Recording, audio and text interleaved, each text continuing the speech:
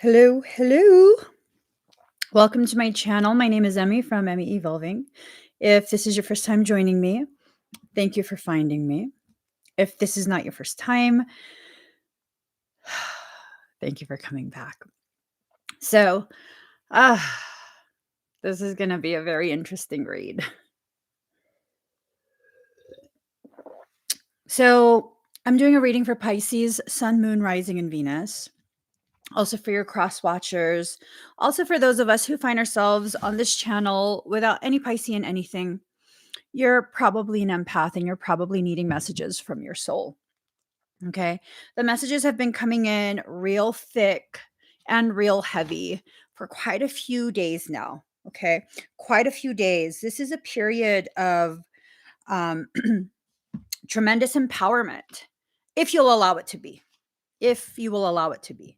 If you won't allow it to be, well, then you're going to experience this period as a period of tremendous internal destruction, something that feels so unfair to you, something that feels like you're being punished, just all sorts of different things, negative experiences. And it's really up to you how you will experience this. No one can tell you to see the world and your circumstances in any way, shape, or form. Only you can decide that. Only you. No one else can tell you. Okay. So even the people who are trying to force you to see and experience a situation in the way they choose, they can't tell you to. They can't tell you to see or feel or experience something in the way they dictate. You have to agree on some level. Okay. With that said, when I asked what this reading was going to be about, what I got was they basically underestimated your strength. You're a lot stronger than what they thought. Good. Okay. I don't know who this is to you. I don't know if this is someone that maybe, they tried to withhold themselves from you and you didn't chase after them. Or maybe this is someone that is functioning in a much more malicious way where they were trying to do like seriously harmful things to you and they failed. They tried really hard. They put a lot of effort into it. Unfortunately for them and their fragile ego, they are just far too weak for this. Far too weak to really have an effect on you. And it's up to you how you're going to handle this. If you're going to allow yourself to see this experience as something so super duper destructive, or if you're going to allow yourself to see it as a challenge, something that is inviting you to reach higher levels of self-awareness, self-realization, self-actualization.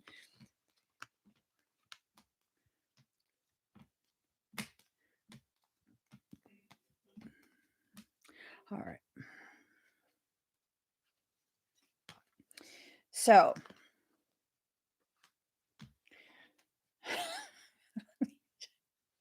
I'm gonna just be quiet on this. Oh Lord. Oh Lord. Let me just shuffle the cards and like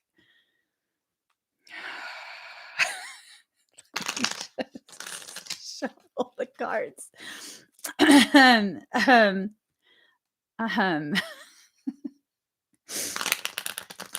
Okay. So part of what we experience in life has a lot to do with what we need to learn in this life, right? And what we're learning in this life has a lot to do with the path that our soul is on. It goes far beyond just this lifetime. 1, 2, 3, 4. Okay, we're almost there, guys. We're almost there. We'll just use this as a clarifier deck. I won't pull anything from it. I just put these back. Oh, and sorry I didn't go live last night. I wasn't trying to avoid letting crystals go. I needed to spend some QT with some important people. I needed that QT time. All right.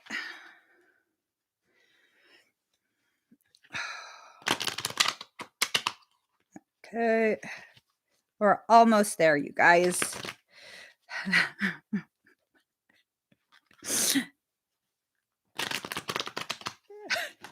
Michael's hilarious is 1, 2, 3, 4, 5, 6, 7, 8. Okay, here goes. Let's get started. So first and foremost, if you are averse to twin flame topics, you probably want to check out of this reading, simply because all 3 of the twin flame cards came out of that deck. So we're just going to leave it at that, and we're going to start reading. Okay. So the masculine is learning about respecting the sovereignty of the goddess, respecting the sovereignty and power of that feminine energy. Now, this has nothing to do with masculine energy acknowledging and admitting that feminine energy is more powerful. It has nothing to do with that. That's such an imbalanced type of logic. Okay. Masculine and feminine are 2 different things. It's like trying to say apples are superior to oranges. According to whom? They're 2 different things, right?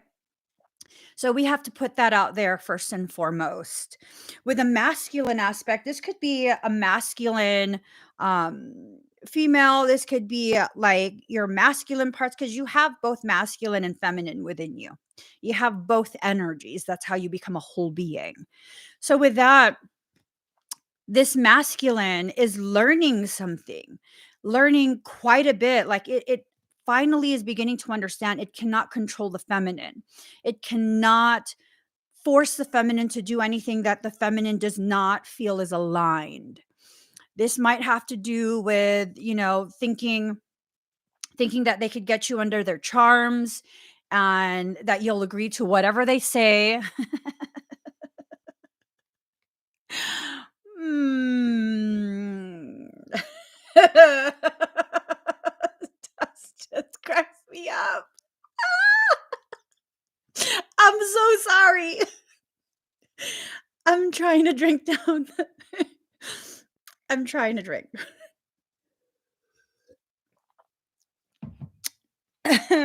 For the people who think like they got to do what people tell them, you don't got to do jack squat. You don't have to do anything. You don't have to do anything you don't want to do. Nothing. If you don't want to work, you don't have to work. If you don't want to brush your hair, you don't have to brush your hair. If you don't want to eat today, you don't have to eat. Here's the thing. As long as you remember, you are the only one who will be reaping the consequences of what you decide. You can decide whatever you want. You don't want to go to work? Okay, you might not have rent money. You might not have mortgage money. You might not have car note money. That's something you have to factor in. You don't want to eat today, you're probably going to be extra hungry. You're probably going to feel destabilized, dizzy, grumpy. You don't want to brush your hair? Okay, you probably will have tangled AF hair. You don't want to listen to someone who will only coexist with you if you do what they tell you to do? There's a chance you might lose them. Is that a loss? Is that an actual loss? I mean, for those of us who have a hard time removing toxic people from our life, like when the toxic people leave because you now refuse to comply, I feel like that's a gift. I feel like they're gifting you with your peace. In their absence, your peace can return. I think that's a good thing. I think that's a very good thing. The people who leave my life because I will not do what they demand is a gift to me. Tell yourself that, okay? Now, that masculine God energy is being balanced through that respect, patience, and respect. So there's a lot of things that's happened that's really tested their patience.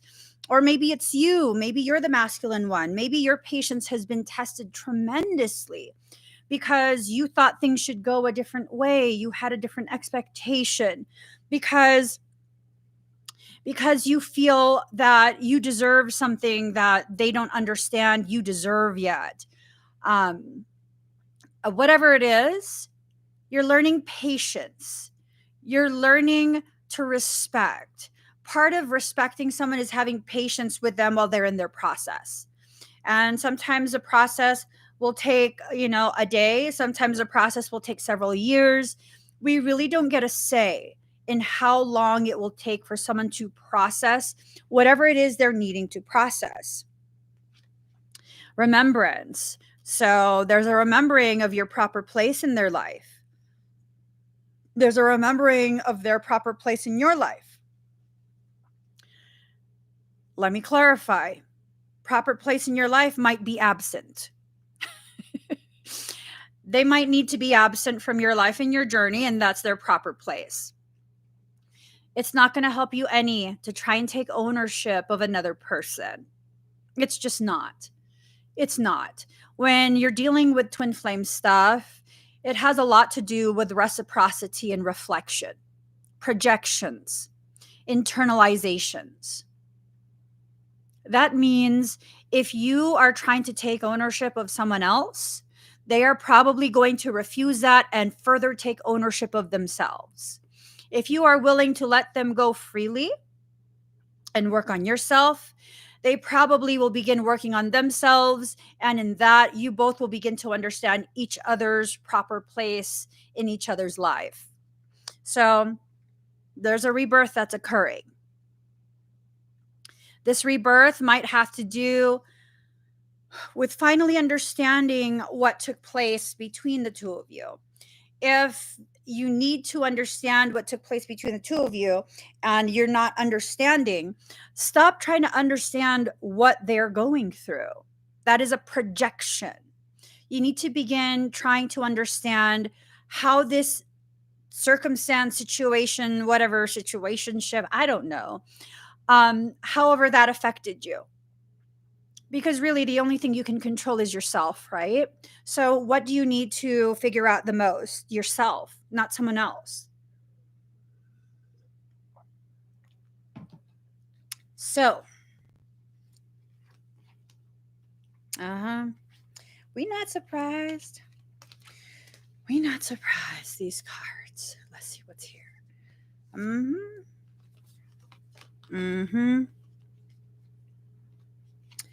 All right.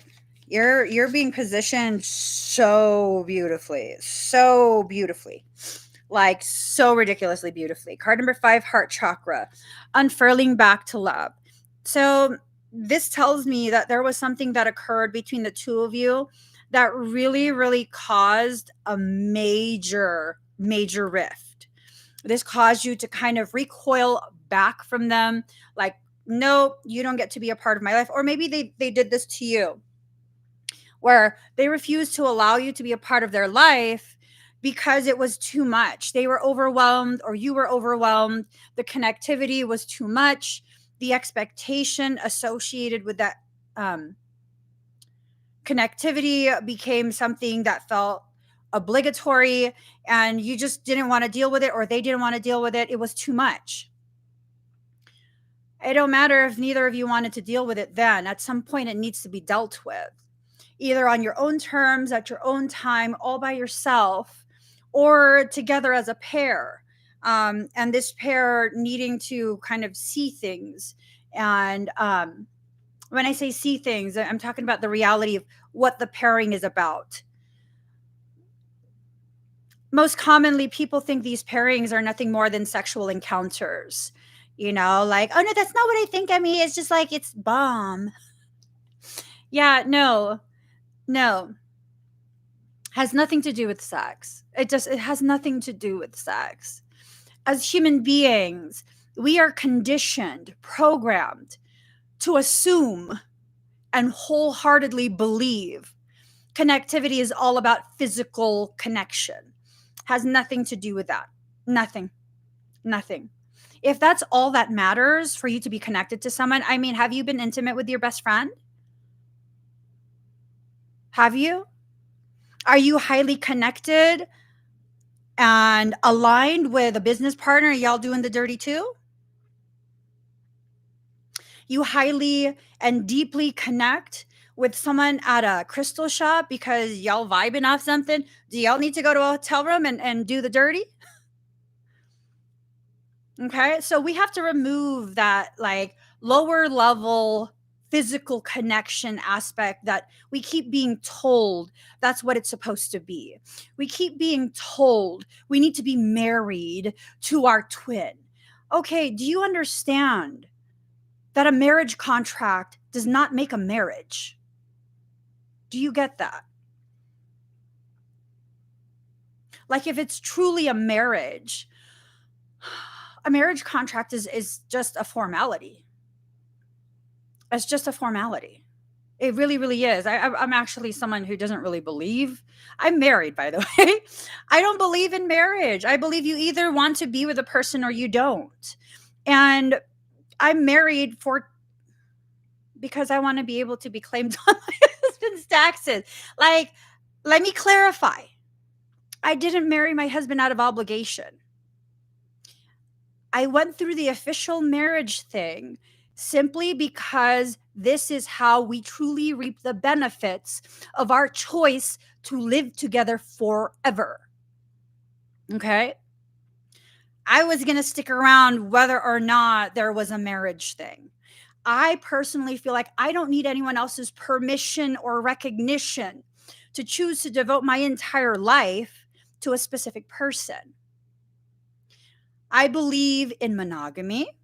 I believe in showing up every day and choosing the same person every single time. I don't believe I need a governing body to recognize that I've made this commitment to someone else. Apply this to your situation. Are you trying to validate what should already be valid for you by expecting other people to recognize and accept this? Like for me, marriage has nothing to do with like trying to convince my husband that he should be here with me. Like, no, you either, you either are going to choose to be here or you're not. And whatever you choose, that's what's going to be respected. That's your choice. I'm making a choice. You can make your choice. And then hopefully our choices remain aligned. And that's that. We allow so many others to be a part of whatever it is that we're trying to create for ourselves personally, privately. Why? Why? So other people can validate us. It's like the person who's, so devoutly religious, and they go around trying to convince other people they should believe what you believe. No. Why do you need to do that? Why do you need to convert other people? Because you don't actually believe what you believe. You don't actually truly believe that. You think that if enough people believe it, then it has to be real. It has to be true. And so let's convert everybody.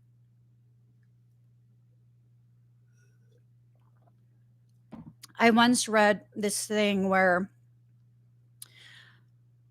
I think it was Inuit who was like asking one of the missionaries, so you're telling me that unless I believe in God and do everything that God says and live by the 10 commandments and worship God and all of this, I'm going to go to hell and burn in hell for all of eternity as my punishment. And this Inuit asks, well, what if I don't know God exists? Well, then none of this applies to you. You're innocent. To which the Inuit says, then why did you tell me about your God? To entrap you. To entrap you. When you tell someone else and they haven't come to their own conclusions as to who and what you are for them, isn't that the same? Isn't that the same as what that missionary did? Now you know, so now you're trapped. Is that honorable? Is that honorable? Like, why would you need to do that? Why would you need to label it in a way that they're not already labeling you, and then try and force them to agree with you? You're so much stronger than you realize. You are autonomous. You came into this life autonomous. You are an individuated spark of identity. You don't need something else. You don't need someone else to make you complete. Do you know how much I've accomplished for myself, my growth, my spiritual journey, my emotional and mental maturity in the absence of any twin whatever? So you're telling me I cannot grow unless they're present. And I'm telling you, I absolutely will, regardless of whether or not you give me permission to. And the fact that you keep telling me that I can't is the very fuel I use to show you without explanation that I am, and I'm doing it. Have that kind of rebelliousness. Have the kind of rebelliousness that every time someone tells you you can't, you don't explain to them that you can. You just do it. And you let them watch with their mouth on the floor because they really didn't think you could. You don't need to explain nothing to anyone. You really, really don't. You really, really don't. You just don't. You don't need to explain anything to anyone. And a lot of the things that you're trying to explain, are you explaining it because you understand it, or are you explaining it because you're hoping it's real and it's going to be so embarrassing if it's not, and it's something that, I don't know, it sounded good. It sounded good on the internet, and I want to be evolved too. I want to be part of the star seeds. I want to be a Blu-ray. I wanted this, I wanted that. You either are or you aren't. You either are or you aren't. You either are or you aren't. There's no amount of justification and effort that's going to turn you into something that you're not. And if someone doesn't see you, acknowledge you as their counterpart, then you're not. No matter what you believe. Do you know how many people believe I'm their twin flame, twin ray? What? You don't resonate with me like that, bro. You just don't. You make me feel very unsafe. That's not a divine counterpart. That's like someone obsessed with me. I'm serious. I'm so serious. I'm so serious. That's not okay. That's not okay. It's not okay to put that expectation on someone else just to fulfill your distorted perceptions. That's not okay. Be stronger than that. And just because you don't realize how strong you are does not make you not strong. It just means now you're on a journey to discover just how strong you actually are. Card number 46, Starseer. Allowing yourself to see the truth of what this is. Allowing yourself to see the bright flashes of light that will help to illuminate the things that maybe you're confused about. Card number 27, Furred and Feather Friends. To me, this kind of is this reiteration that everything in creation is basically supporting your growth. Everything in creation is supporting your growth. Card number 43, She of the Lotus. It was never a goal to be in sterilized water. You want to exist in water that is super clear. There's nothing growing in it. There's it's pristine. That's not mountain spring water. That's bleach water. Bleach water. You want to be in an environment that's very, very controlled. That's the pool. That's a big fish tank. Pools are like big fish tanks with poison. Chlorine is poison. So what are you going to do? Are you going to continue to waste your time clearing any debris from your water and continuing to add chlorine so that nothing grows, because that's why you add chlorine, so that nothing grows. Neither will you. You won't grow either. But your water is pristine. The aesthetics of it, like, it's gorgeous. Just put some fake lotus on top. Let it float. Plastic, Let's just do that. Because we're going for the aesthetics. But how does that grow you? So many people go for the aesthetics of spiritual growth, profound inner understanding of self and soul. You can't fake this. You can't. When you find yourself just reiterating, regurgitating the things you've heard from other people, because it sounds profound, are you actually learning, or are you just regurgitating? Do you know what regurgitation is? It's when an animal begins the digestive process, and before the digestive process is actually complete, they vomit back out. Yeah. So if you haven't fully digested the information, how are you going to regurgitate it back out? How are you going to feed it to other people who are starving for truth? Because that's what's going on in many of the spiritual communities. This is the very reason why I don't identify as a member of any spiritual community. As a matter of fact, I have my less than a handful of friends that I trust, and that's that. Then that's that. No, I don't need to be part of any of that. I don't need to get immersed in some environment where I feel like I have to regurgitate things in order for me to be valid. No. A lot of this happens on TikTok, where someone will comment something like hilarious, and then you go to all the other videos, you look in the comments, and random people saying the same thing, hoping that they'll get that little heart, that they'll get enough heart, and it will validate them.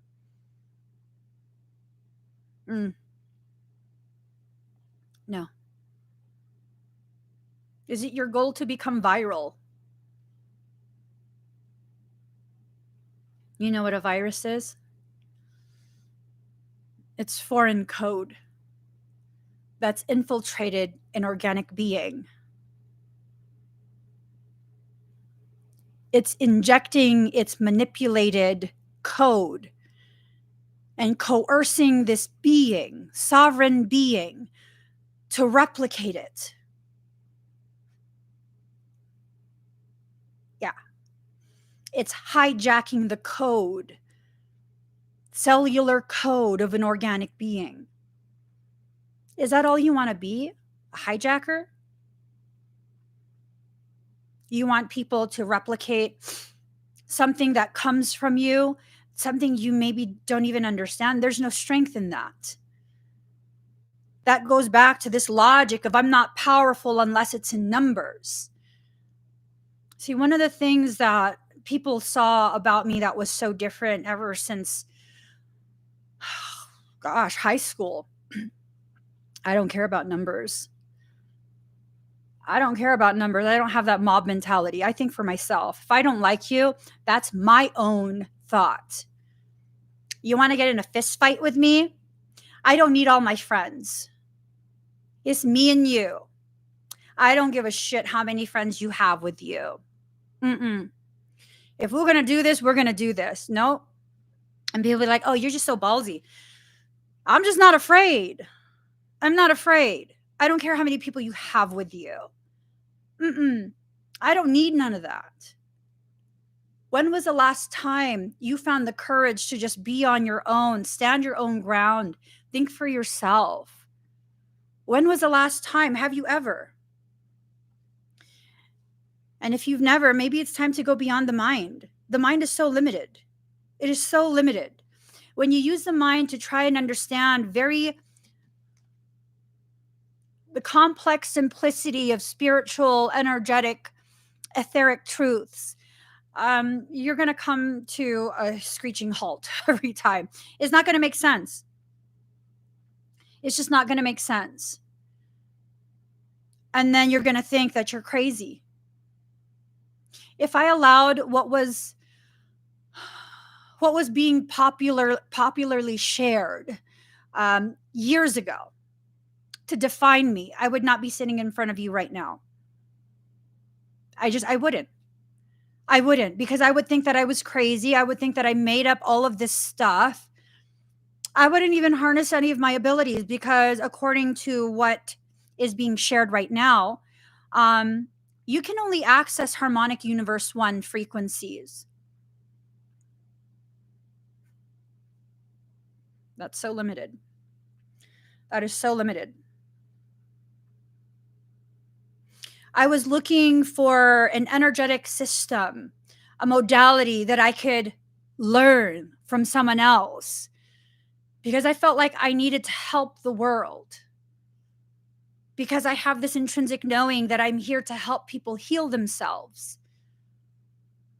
And for some reason, every time I would try to become part of a group, a class, whatever it is, oh, I am kicked out so fast.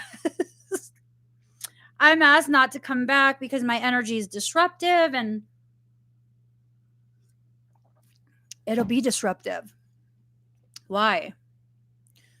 Well, because if I'm aware of different structures, energetic structures, that are not known by even the most spiritual humans, and these structures can bypass the magnetic repulsion zones that keep harmonic universes separate, keep you phase locked, I can penetrate anything.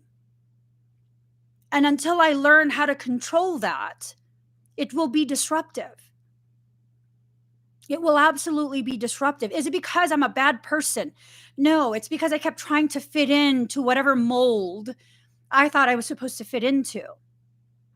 I was too strong to play this limited role that I was telling myself I needed to play. Are you too strong for the environment that you're in? Do people consistently vilify you because they don't understand you? Not because you're doing things to people. And you got to be honest with yourself about this. It's not going to benefit you any if you lie to yourself about, like, no, I don't hurt anyone, but you know damn well you be starting drama with everybody. Like, be honest with yourself. If you know for a fact you never start shit with people, maybe these other people, just like in the animal kingdom, they see you as the apex predator. And so you're the one they want to challenge. You're the one they're using as a benchmark for where they are within their development. But you got to be honest with yourself. Are people starting crap with you because of that, or because you the drama? The people who consistently, no, I don't like drama. We see you. We see you. We hear you, sir, ma'am. We hear you. No. Mm-hmm. You don't like the drama. You love it. Card number 33, Journey to Wholeness. Allow yourself to become whole at this point. Call back all your parts that society and other groups tell you that you're not allowed to have. Do you know how many people have told me I'm not allowed to be who I am? You lost your cockeyed mind. I'm not allowed to. I'm sorry. What kind of authority has been vested in you?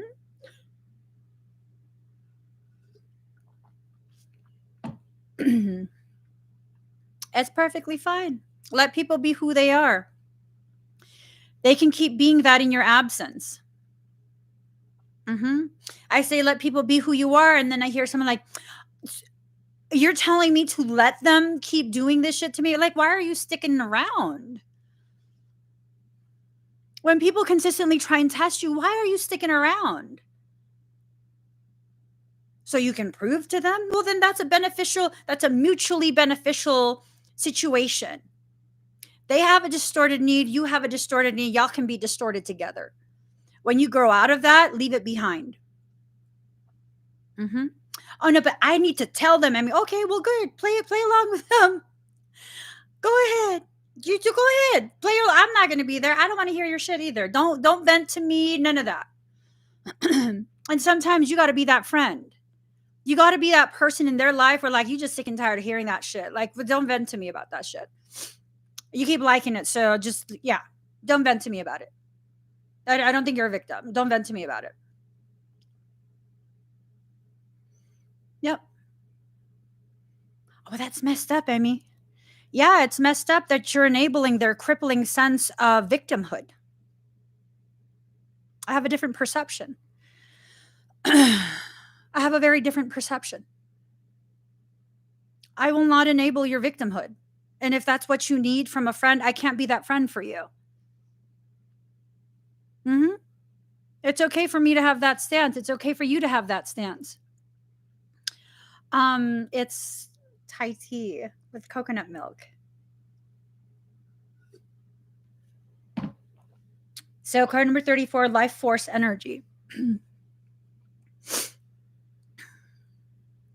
Have you ever thought that maybe for some of us, you get a lot of your sense of personal power by how much you can navigate someone through their drama?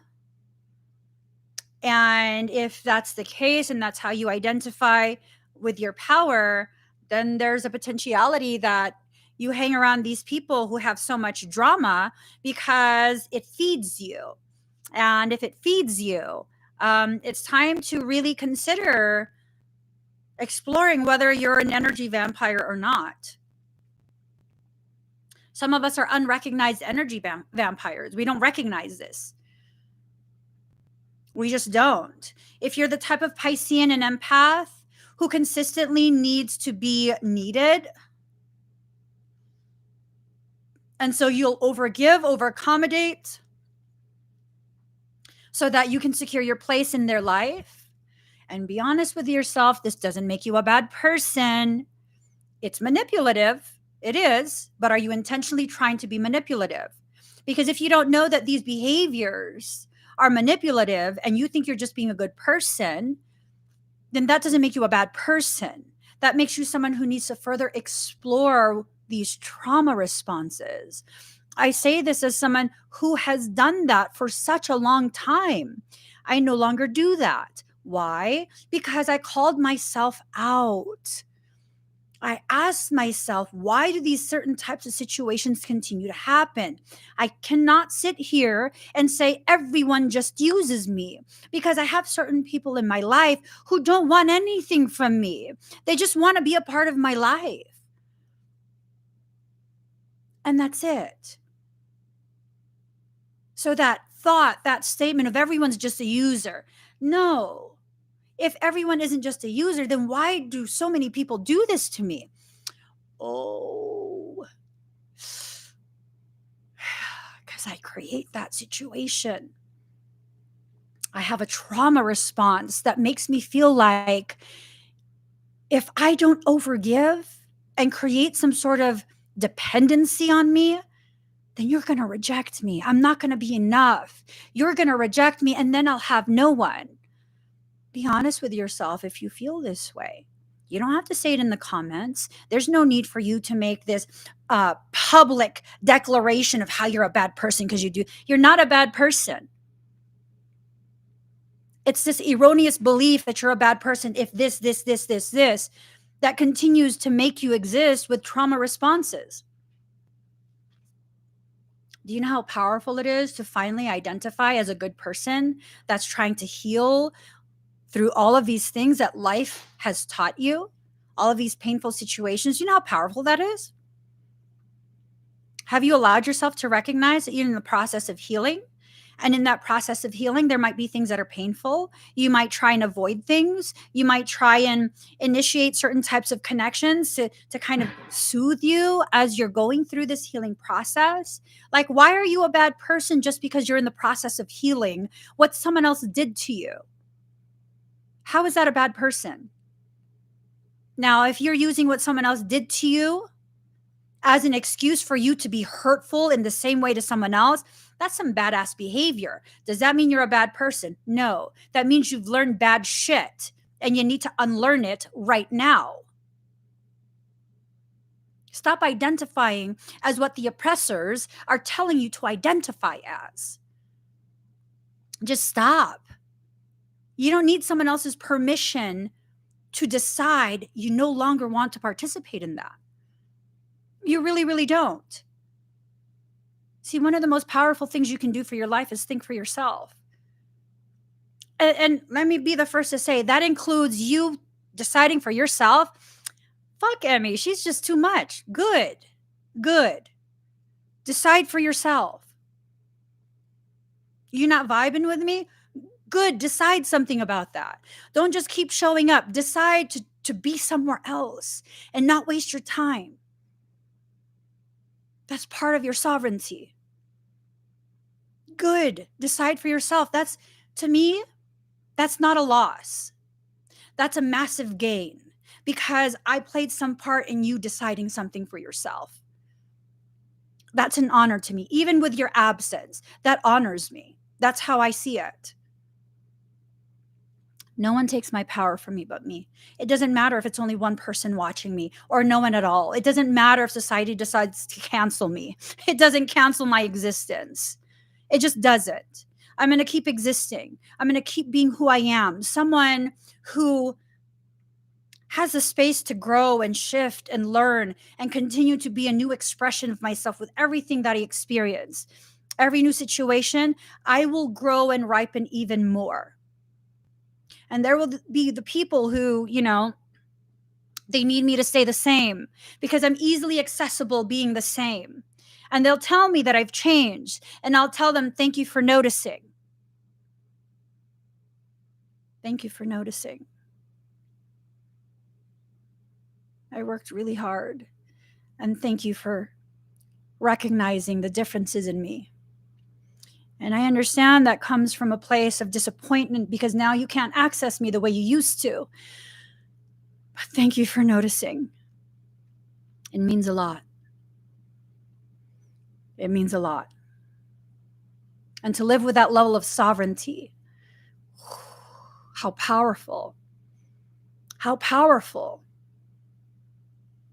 Once upon a time when I first became publicly visible, and people began to understand the gravity of what I can do without me really sharing much of what I can actually do. God, I felt so obligated. I felt so obligated to save everyone, anyone and everyone who messages, anyone and everyone. Do you know how many messages I used to receive? And every single one of them I tried to answer myself. Within 15 minutes, I'll get messages to the degree that Facebook Messenger can only put 99 plus unread messages. I go in, clear that out. 15 minutes later, 99 plus unread messages. Over 200. And that destroyed me. It destroyed my sense of self because I felt like I failed all of these people. I felt like I failed all of this people and I felt weak. I felt like there's no way I could possibly do what I thought I needed to do in this life. And then I went through this whole journey of several year-long lessons that helped me to understand I'm not here to save one person at a time. That's enabling their sense of defeat and lack of ability to provide for themselves, lack of ability to learn for themselves. That was not my goal. That was not my purpose. My purpose is to simply be witness existing as I am in my most authentic truth and freeing you to decide whether you're ready or not, to be empowered by what you see and not taking it personally if you're not empowered. Instead, respecting that you need more time. You need more time. You need more grace for self. You need more compassion for self. And that's okay. That's okay. And now we're here and we're harnessing quite a bit of energy. That violet flame, that's very high frequency. That calls in energy into your crown, helping you to better understand certain things. It doesn't necessarily mean that you're going to develop powers that you weren't supposed to have in this lifetime. You should not have the same abilities as me, and I should not have the same abilities as you. They're two different things. You and I are two different individuated sparks of identity. Yes, we come from the same thing, but I am not you, you are not me. So long as we are in physical form, I am not you and you are not me, and we can love each other anyways. We can see completely different things and not agree on anything and love each other anyways. Respect each other, protect each other, uplift our sovereignty as individuals and as a collective whole. We are much more powerful than they want us to think. When you follow someone spiritual and they can't see you as an equal, you have to refer to them as a guru, as your master, as your teacher. Fuck out of here with that shit. Fuck out of here with that shit. You know how many people like basically begging me if they can call me their guru? Like, fuck out of here with that shit. I'm not your guru. If you can't stand beside me as an equal, you might need to go away for a little bit, learn some stuff about how powerful you actually are, and come back to me as an equal. And I say this as someone who understands completely but denies to herself how different I am from everyone else, how powerful I am. No, I don't want to be on a pedestal. I want you to come back and face me as equally powerful in different ways. Be my equal. And unless someone else is doing that with you, you probably should reconsider who you're following. Because that's the goal. The goal of soul is for you to understand how powerful you are on your own. And when we can come together as powerful individuals on our own, can you understand how powerful that is? Do you know how powerful that is? Like, do you understand how powerful that is? How strong you are? But no, we allow ourselves to exist within these programs that cause us to wonder if the world would be better if we didn't exist. No, the world would not. I don't care what your attitude problem is. No, the world would not be better if you didn't exist. Kindly stop that bullshit right now. The world would not be better if you didn't exist. If the world would be better if you didn't exist, you already wouldn't exist. Do you understand that? You wouldn't have to question it. You wouldn't be in physical form to question it. Even the bad people, they exist for a reason. Even the bad people exist for a reason. And yes, there are bad people in this world. And no, they do not outnumber the good people. It's just the bad ones are very good at manipulation and getting you to believe that they are more powerful than you. They are not.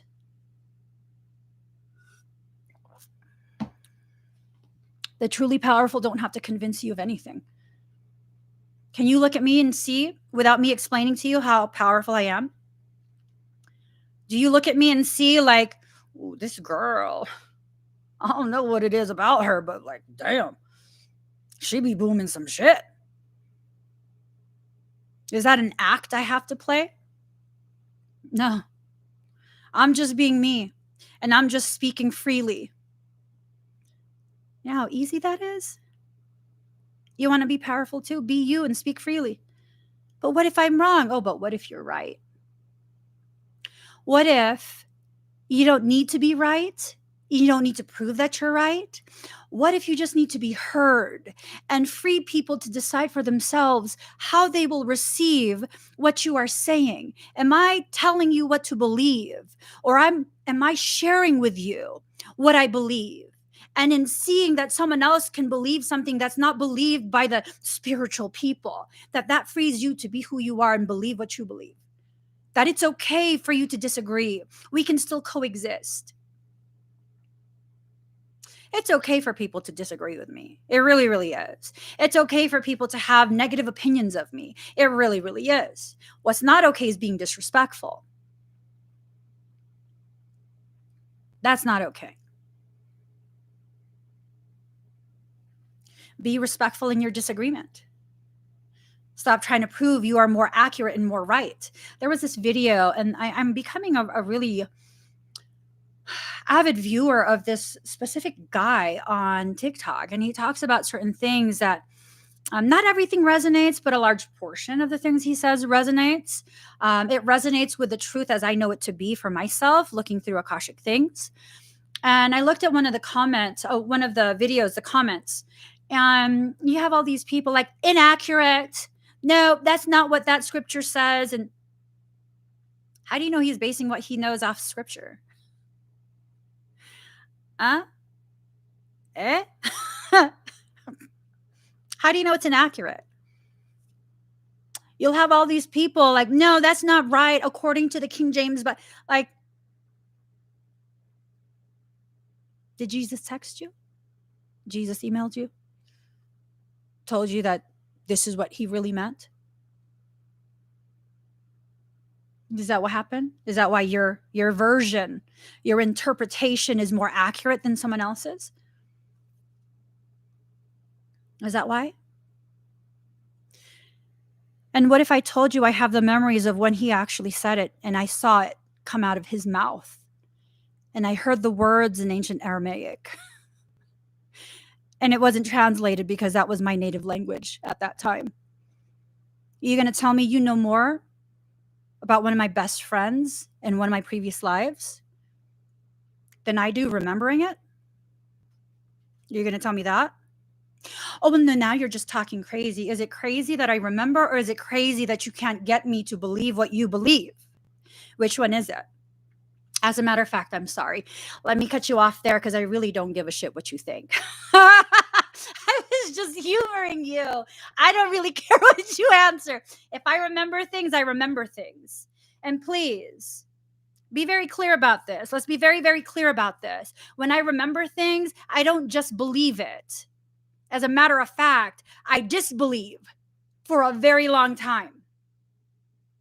A very long time.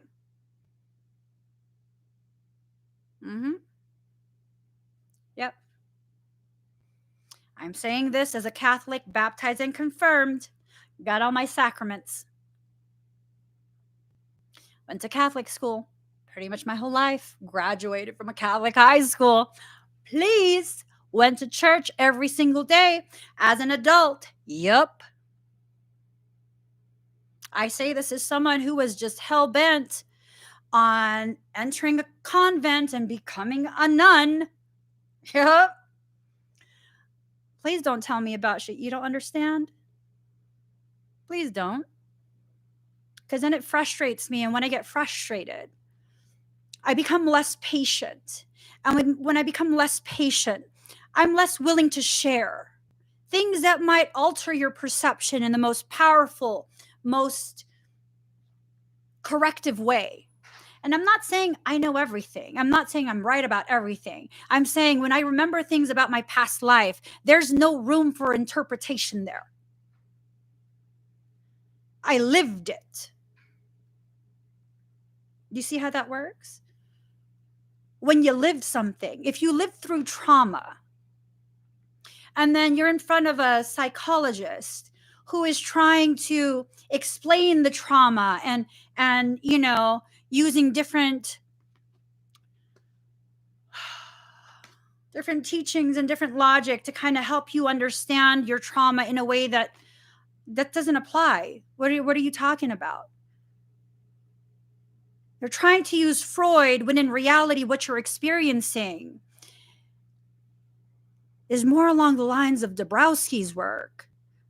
You want to know why you suffer?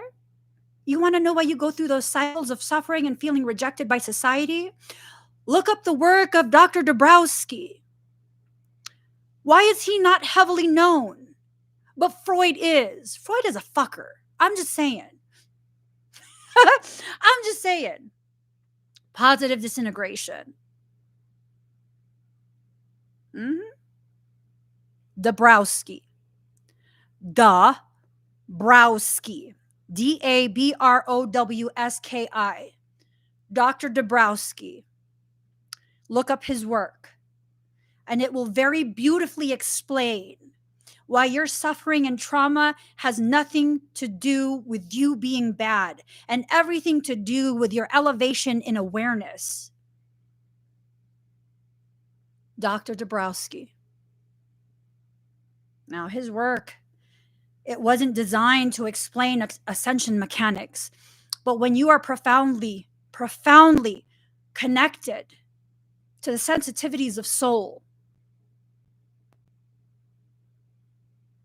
you'll use whatever profession you are a part of to help disseminate information. Society will not accept that. They will not celebrate you. They will not make you popular. You'll be buried. And the work you did,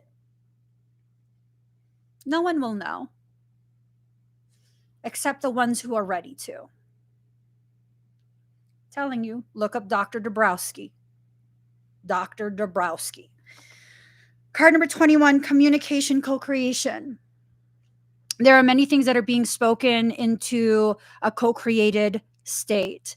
We are manifesting together without being in the same space with others. We are manifesting together what needs to happen, which is a higher potentiality for consciousness expansion.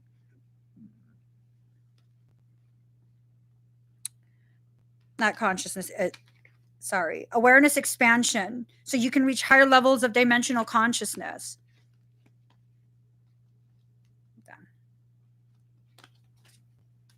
All right. Card number 13, power of attraction. So there will be those who will be brought to you who will challenge you. Maybe not outright, but they will challenge you. They will challenge your existence. They will challenge your perception of why you exist. Let them. Let them. Let them create questions for yourself. Let them help in the process of you uncovering so much profound truth. Here's the thing. How are you going to get answers to questions that haven't been asked? You're not. Until you have the question, you don't get the answer, right? Because, how are you going to get an answer to something that you don't know you need an answer to? Let them make you question yourself. They serve a purpose in your life. They serve a purpose in your life. That doesn't mean they're going to always be a part of your life. This whole concept of abandonment. How is someone abandoning you if you don't have actual confirmation that they left before their obligation was up? This even includes parents who abandon you. I'm not trying to sound insensitive. That's the last thing I want to be. But some of us need to understand you are better off without that parent. You are better off without that parent. That their absence created space for you to grow in a way that they were not able to help you grow into. So is it abandonment? Or is it because someone in society told us that without that person in our lives, we now have evidence of how we weren't enough. They left because we weren't enough. And in their absence, we are broken and have no value. Why do you believe these people? Why do you believe those people? Just because they speak with less passion than me, they're more believable? That I'm an asshole and insensitive because I speak truth with passion. When was the last time you heard a powerful message? Actually heard it when someone spoke in a monotone, professional way, socially acceptable manner. When was the last time? Yeah, Casimir Dabrowski, that's his name.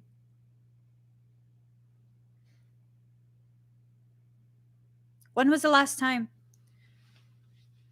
When was the last time you were moved by truth that did not carry passion behind it? If that's the kind of delivery you need, go find my videos from several years ago. I was still speaking truths, but I was saying it in a very apologetic way. I'm sorry for inconveniencing you with truths that, you're not ready to accept, and I'm very sorry. Go watch those videos.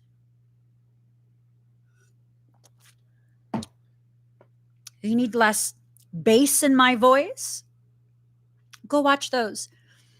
I still spoke like a little girl, and my voice was very high like this because, I have to be sorry for not fitting the mold and existing and telling you the truth as I know it to be. And I'm just very sorry that, you're going to get upset by hearing this. And I'm aware of cognitive dissonance, and I want to beat you to it and apologize before you get angry, because I can't respect your sovereignty and let you decide whether you're going to be angry or not. I can't even reach a register as high as I used to speak. Why? Because I'm never allowed to return there, where I have to apologize for the fact that I exist in a very powerful, very real, very raw way. Mm-hmm. Mm-hmm. Why do you keep apologizing? I'll tell you why. Because you are going through the same process that I had to go through to understand. I have a right to exist in my most authentic state. And the one that authorized me to exist in this way is the one that created everything. So excuse me, but your peasant ass request is denied. I will not cater to that. And some people are just like, you just don't care. No, I care a lot. Just not about things I can't change. And if you are choosing to exist in such a way where you can only accept messages in the way you decide, that's not really my issue. And I will not cater to that. This whole concept of I have to be more gentle with people's hearts. You should not give me your heart to hold. You do not know me personally. Take accountability for what you're giving away. Do not give me your power. Do not give me your trust. For sure as hell, do not give me your heart.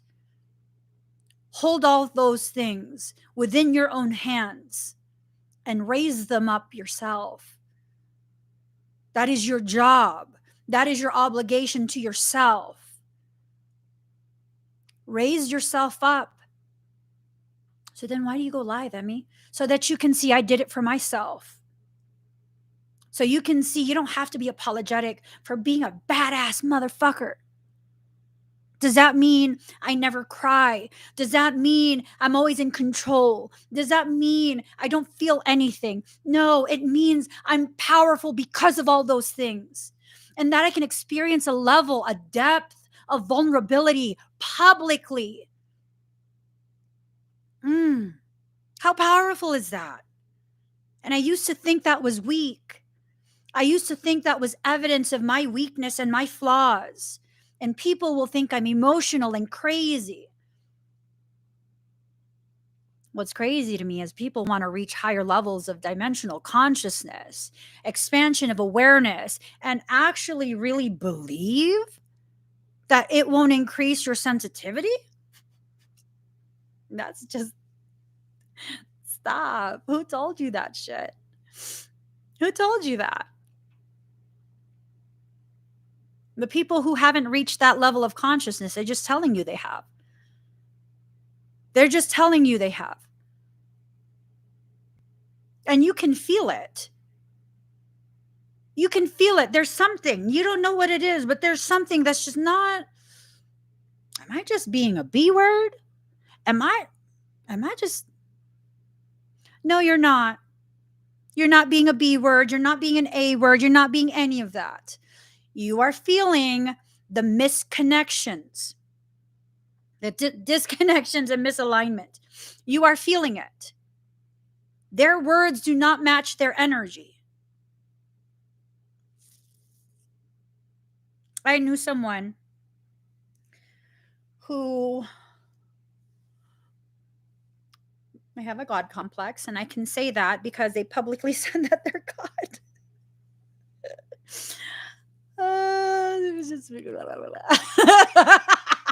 They publicly said they were God repeatedly, okay? So I can accurately say that they have a God complex, okay?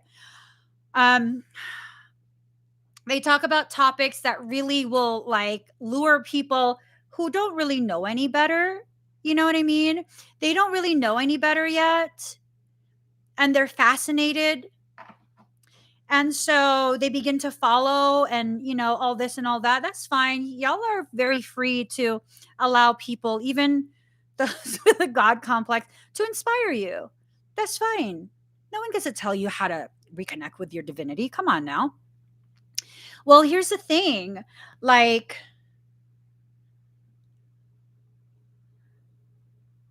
this was someone I was like in personal contact with for some time. We were publicly associated for a bit. And I asked some questions because I understood what this was. I understood what the work was. It's creating a resonance chamber. And because of the frequency of resonance, it tears open a little hole to fourth dimension. And because of all my experience with demonic things, because I'm an exorcist, I know that's where most of them reside. So I asked a question. Do you know what happens when you get all of these crystal slabs in place? Oh boy, the rage. The rage, not from me either. The rage. You have to just trust it. You have to trust soul. I do, and my soul is asking me to ask you. Do you know what the fuck you're going to open?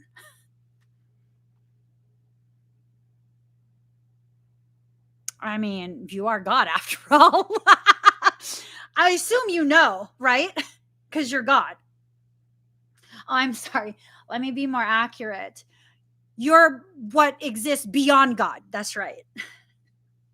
You're what exists.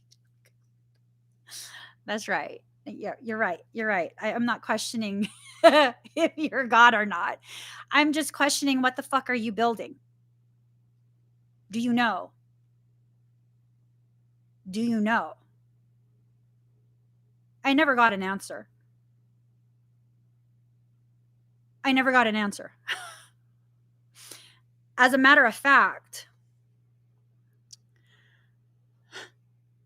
because I asked and then more people asked, a certain situation was used to excommunicate me. I was just saying, it cracks me up when people think cutting me out of their lives is going to affect me in some way after I've identified you as toxic. Like, it's not punishment to me. It's just not. It's not my punishment that you will not allow me to be a part of your group after I've identified you are toxic as fuck. I'm just saying, it's not punishment to me. I'm just like, ooh, thank God I wasn't sure how I was going to exit that.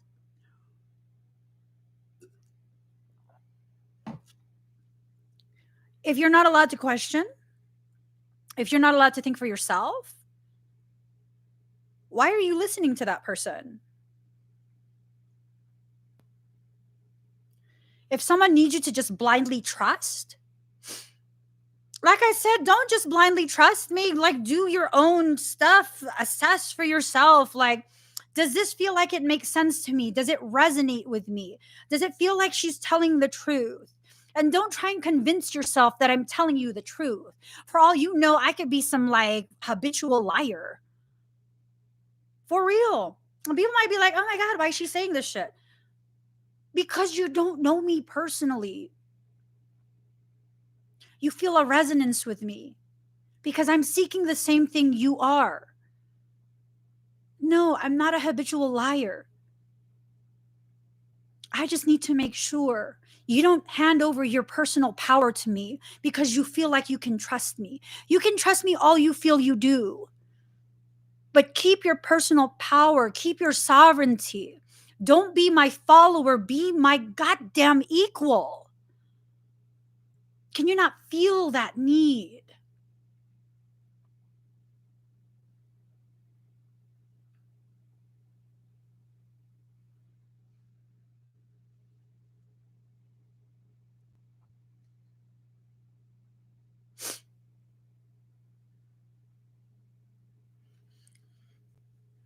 I don't know why that irritates me so much.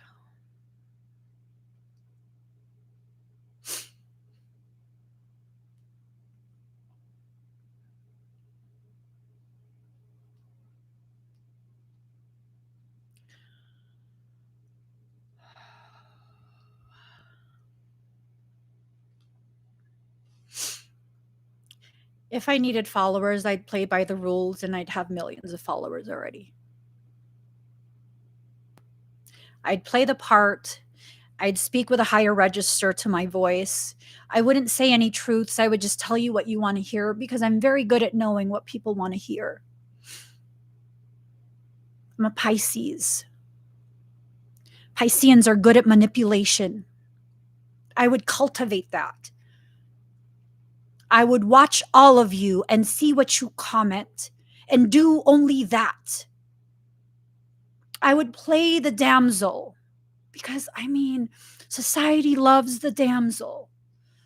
I would play the damsel and I would lure you in, much like a siren, and keep you entranced.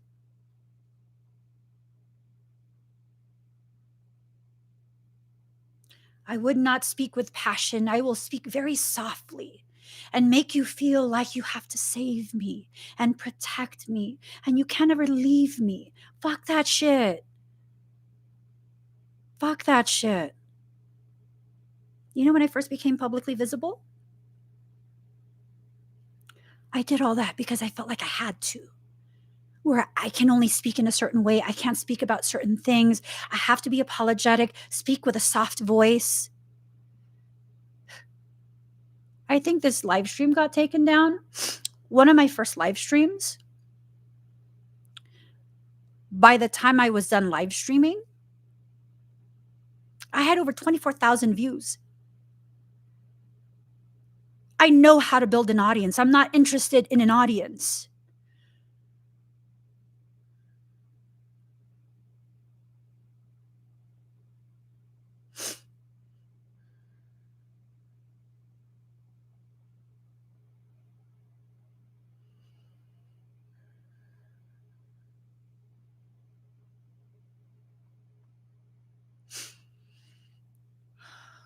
I don't want to do this work alone.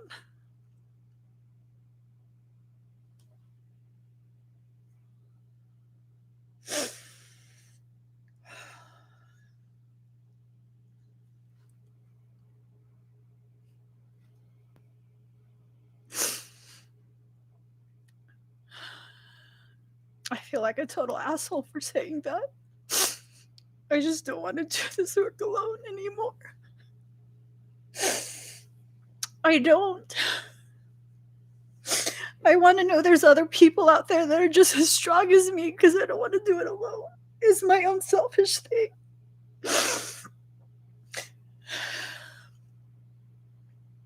It's not because of anything else. I just don't want to do the work alone.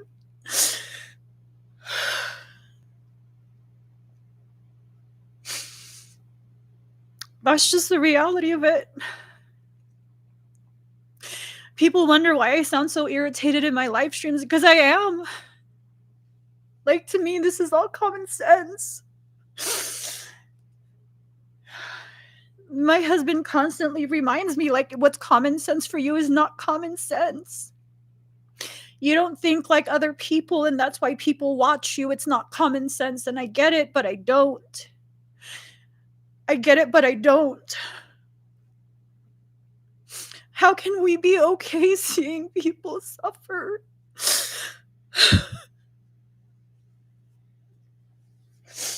How can we be okay seeing that because it's not happening to you?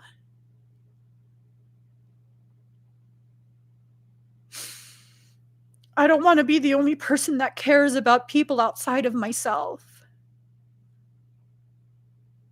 I just don't anymore.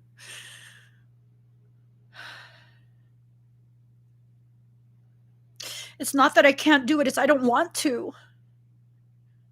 I don't want to. I don't want to be the only one that's willing to stand up to all of this tyranny. I know a large part of my purpose is to serve as a shield for all the Blu-rays, but where the fuck are you guys? I'm tired of feeling my tribe and you guys not showing up.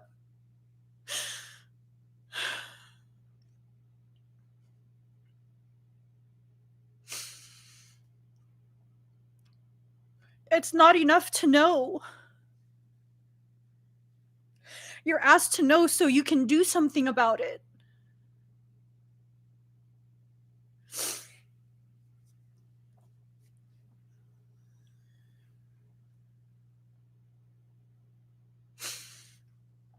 I can carry the world on my shoulders. I don't want to. I don't want to. I lived through all the traumas of my life that I lived through to make me strong enough to carry the world on my shoulders, but I don't want to. And maybe I don't want to because I want you to be strong enough to carry it right along with me so we can do it together. We have to get rid of this logic that someone is going to come and save us from our own lives, our own creation. No one is coming. No one is coming.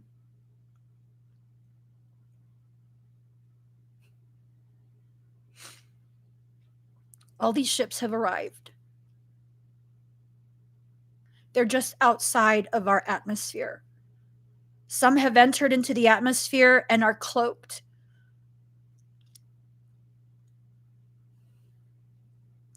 They're not here to help.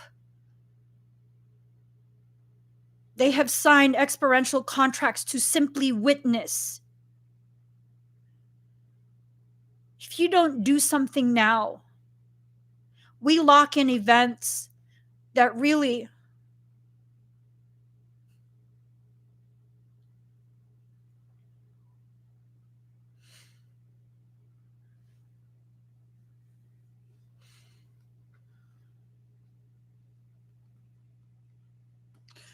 Card number 3, inspiration. Allowing yourself to become inspired to the degree that you can no longer live with that dissonance, that cognitive dissonance that allows for this system to continue to exist unchecked, unquestioned.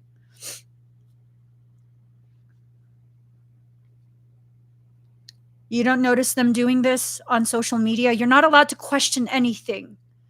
You're not allowed to say or post or behave in such a way that causes someone to believe that you are not following the program.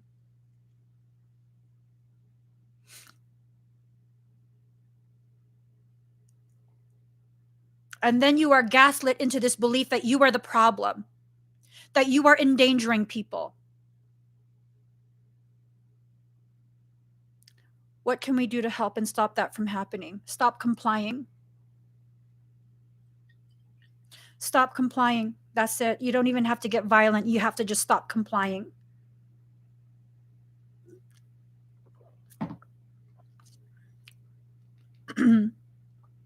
Stop complying and look into things like the work of Dr. Stephanie Seneff. You can find a lot of her work on YouTube. Dr. Stephanie Seneff. She is a scientist who stumbled across information doing her work. That information pertains to synergistic toxicity. You know, the ones who came to save you, they're the children. They're being poisoned. Synergistic toxicity, glyphosate. Look into all of that. Look into all of that yourself. They're seeking to poison the very people who chose to come. and help save us from ourselves.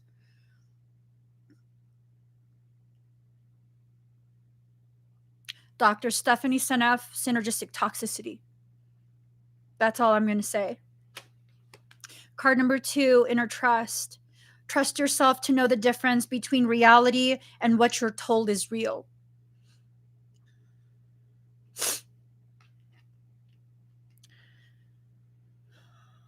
Reality is tangible. What you're told is real. You're not allowed to question, because the moment you begin questioning, you begin discovering why it's probably not real. For anyone talking about the medical things that are going on right now in the world, and you want to say you follow the science, share publicly everywhere the science that conclusively proves through double-blind independent studies of the efficacy of the programs you are trying to peddle onto other people. To date, there is no independent double-blind study that shows the efficacy of any poking program. Not the one they're pushing right now, not the one they've been pushing on children. None. There is no study that proves it's dangerous conclusively, or it's safe conclusively. So what science are you talking about? Because someone with a scientific couple set of letters behind their name is telling you? Well, I promise you, there are other people with some sort of scientific medical couple letters after their name that will tell you otherwise. Who's right? I don't give a shit who's right. I'm going to know for myself what I want to do for myself. Whether I want to participate or not, that's my choice. It's a private choice. No one needs to know about it. I don't need to share what I've chosen for myself or my family. This virtue signaling bullshit, it's exactly what I said, bullshit. Stop complying. If you choose something for yourself, you choose something for yourself. You don't need to announce it. When you announce it, that tells me you only did it to comply or to be this badass and not comply. That's not why you should make these decisions. Make the decisions fully informed. Fully informed. There are those who are being pressured because they have existing medical conditions. They're being pressured. Well, here's the thing. If your existing medical condition involves cardiac issues and you have zero issues with immunity, your immune function, immunology, okay? Are you aware that there is a preponderance of myocarditis and pericarditis? That is serious inflammation of your cardiac tissue and the pericardium, which is the sac that holds your heart. That's a very documented side effect. If you have congestive heart failure, why are you risking that? If you have congestive heart failure and you don't have an issue with your immune system, why are you risking that? Is it not wiser to encourage people who already have damage to their cardiac tissue to instead supplement and further empower that immune system? Are you aware something like 70 to 80% of your immune system is housed in your gut? It's the microbiomes in your gut. These are the bacteria that have to remain within a specific ratio. And a lot of the foods that we eat every day affect that ratio. Are you aware most of us have candida overgrowth, which affects your immune system function? You constantly craving sweets? You're probably feeding candida. Oh, but none of that is addressed. So what are we to do? Stop complying with shit. Learn for yourself what you need to do. I'm not just talking about medical things. Stop complying with these people who are telling you all sorts of bullshit fuckery regarding spirituality. When someone tries to lecture you on spirituality, ask them where they found this from. When someone tells you their guides told them to tell you, ask them for the name of their guides and the origin of those guides and how they found that out. Ask them if they've cleansed their guides through that blue ray triadic flame. Ask them if they're aware of mimicry. I have guides, none of these motherfuckers talk to me except Michael, who delivers messages from my soul.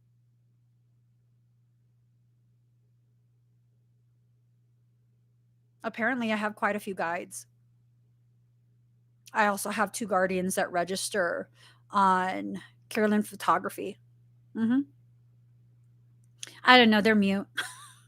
I've never heard them make a sound. And I'm fully capable of hearing and seeing. I've never seen them, I've never heard them. Until I had Carolyn Photography done a couple years ago, I thought I was doing this shit solo. And that was part of what confirmed, like, oh, it's actually Michael, because he registered on that image. He registered on that image. When it was read to me, the results were read to me. She's like, oh, look, I don't know if you're aware of Archangel Michael, but he's right there. He serves like a dome around you. And I'm like, Michael, I told you not to be in the picture. Yeah. This person had no idea what I do for work. Didn't even know my name. All they knew was I was a vendor roundabout the way. They're a vendor too. And that's that. That's the extent of what they know about me. And you best believe I played fucking stupid as she told me all this stuff. I played stupid as hell. Oh, really? Oh my God, like Archangel Michael? Like in the Bible, Michael? Yep. Because I didn't know what to say. And I didn't want to validate everything she was saying. It's okay. That's the process that I was in. It's okay for you to be in a process. It's okay for you to question. It's okay for you to have periods, cycles, bouts of cognitive dissonance. It's okay for you to be you. It's not okay for you to comply just because you're being forced to comply. It's not okay. I'm not telling you to decide one thing or another. Okay? That's not what I'm telling you to do. I'm telling you, begin looking into the things that you need to make decisions on and really, really see how you want to decide things. Really, really see how you want to decide things. Okay? I'm not going to tell you you should do this or you should do this or don't do this, don't do that. I'm telling you to stop complying and begin making decisions for yourself. This concept of herd immunity, you're not livestock. You're not livestock. This concept that, certain medical procedures eradicated developments in sanitation and distribution of food, look into that. Look into the mortality chart for measles. Look at the trend. Look when they improved sanitation practices and when they began distributing food more readily. I'm talking about things that were grown by farmers. Look into when the livestock began being fed subsidized corn rather than the hemp that they were once fed, because hemp grows very quickly and it's very cheap and easy to grow. And it also contains the cannabinoids. You have cannabinoid receptors within your body. You have cannabinoid receptors that naturally exists in your body.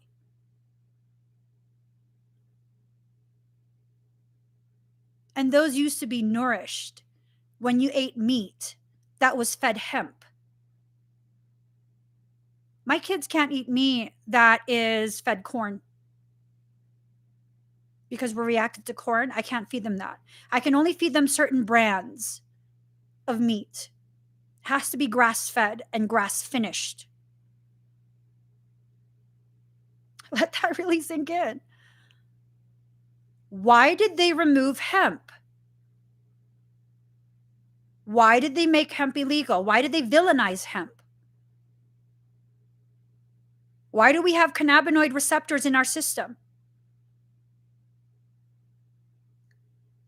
Why does the government subsidize sugar and corn? Some of the most toxic stuff. Why?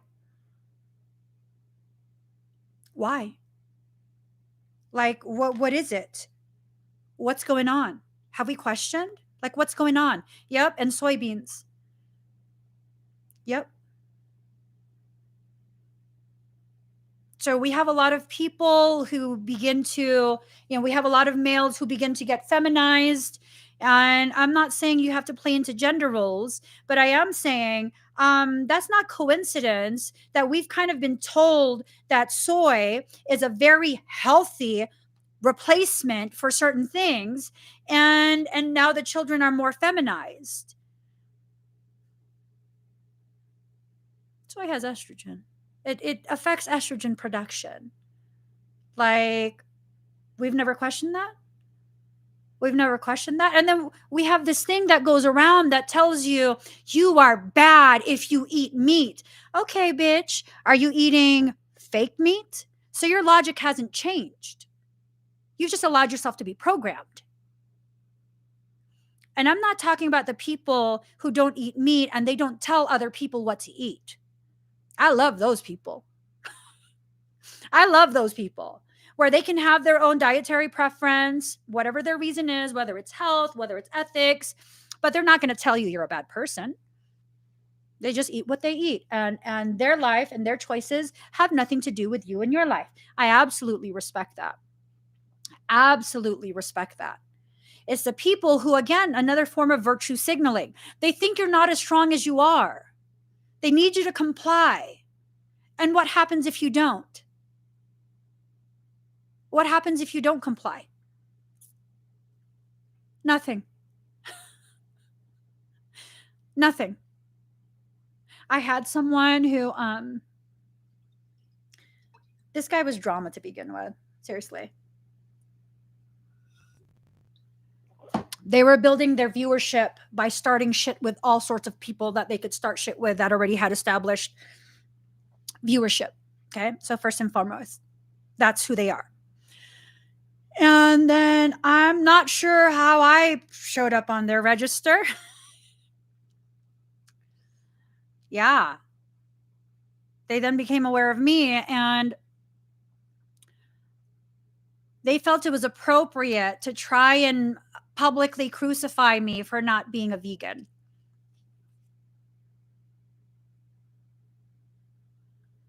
Tell me why? Tell me why? Why is that? Because you need me to comply? Let me show you how much the fuck I don't need to comply with your shit. Came on my live stream, and yeah, I got real fucking mad. I got real fucking mad, and I wasn't going to shut myself up for nothing. And I told him, meet me in a parking lot. Let's see if you can say the same shit you're saying online. That's not a physical threat. I'm asking you to say this shit to my face instead of hiding behind a screen. I'm not going to fight you. Are you kidding me? I'm not a fucking violent person. Oh, but they were afraid. They were afraid. And then they went on another live stream and they were like, trying to get their whole audience to like attack me and stuff. And someone told me to hop on that live stream and I did. And I started screen recording. And then I let him know, unless you can prove that what you're saying about me is absolute truth, I'm recording your live stream. I'm building evidence for a slander and libel case against you. You can keep talking if you want, but just know I'm screen recording this. Oh, the look on their face. The look on their face. Yeah, they ended the live stream. I got enough information because I didn't make my presence known right away. I got enough information. Mm-hmm. As a matter of fact, I have that recording still archived. Mm-hmm. That was a couple years ago. And then maybe like a few months ago, this person messaged me on my business page. I'm so sorry, us Pisceans, and like, can we just get past that? Oh, I'm already past that. You're irrelevant to me. I'm past that. I'm past you. I went past you and past that the moment I cussed you the fuck out on a public live stream. I was past it at that point. All I needed was to record evidence of your intentional slander and libel, and then I was past it. I don't give a shit if you're sorry. You're still a fucking toxic person.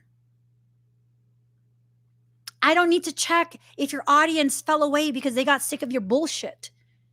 The moment I identify you as toxic, you will forever fucking be toxic to me. Unless I happen across something that shows me that you're no longer toxic. At which point, okay, you're no longer toxic. I'm not going to reach out to you. I'm not going to reach out to you. There was no misunderstanding there. That was not a misunderstanding. They were trying to play it off like it was a misunderstanding. I don't give a shit if you didn't understand. I fully understood what you did. I fully understood what you attempted. You attempted to increase your audience reach using me. Fuck you forever. Fuck you forever. And it's not that I'm not going to forgive you. It's that I've identified you for what you are. And the moment you show me who and what you are, I will believe you. And I'm going to leave it at that. When people underestimate you, that's fine. Take it as evidence that they don't think highly of you. They don't think highly of you, and believe it. When their actions show you that they don't think highly of you, believe it the first time. There's not going to be a back and forth. There's not going to be a back and forth. No. Nope. Nope. You thought you could. Request denied. Access revoked. It's okay for you to have that stance. As long as you don't carry that within yourself, where you're obsessing over it over and over and over and like, no, it is what it is. Someone showed you who they are. You responded accordingly and you move forward. Leave it at that. Leave it at that. New birth guarded vigilantly. When people see that you are growing into spaces within yourself that are maybe higher than what they can reach, they will try and take advantage of that new growth. New growth is always very delicate. It needs to be guarded. It needs to be guarded. If you've truly gone through an ascension cycle and you just finished it, you are going to feel very, very raw, very, very vulnerable, very, very easily attacked and destroyed. Don't let people access you. Allow yourself to become stabilized and solid within that new space of growth. Take some time. Just because you've grown into a new space within yourself does not mean you have to go out of your way to prove to people now you're grown. That's not evidence of growth then.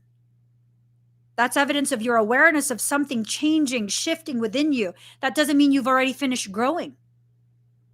And yes, you will grow and then you will go through quiet cycles, periods where not much growth, not much anything. That's the period where you're reestablishing your roots in this new space you've been transplanted to. It's okay. It's okay to understand and feel that if someone challenges you, if someone tries to argue with you, you don't really have it in yourself to do that right now. So maybe I'm just going to kind of be quiet for a little bit. That's not evidence of your weakness. That's evidence of your understanding of where you're at within your journey. These people who think every part of your journey needs to be some passionate screaming on a mountaintop of how powerful you are weak people.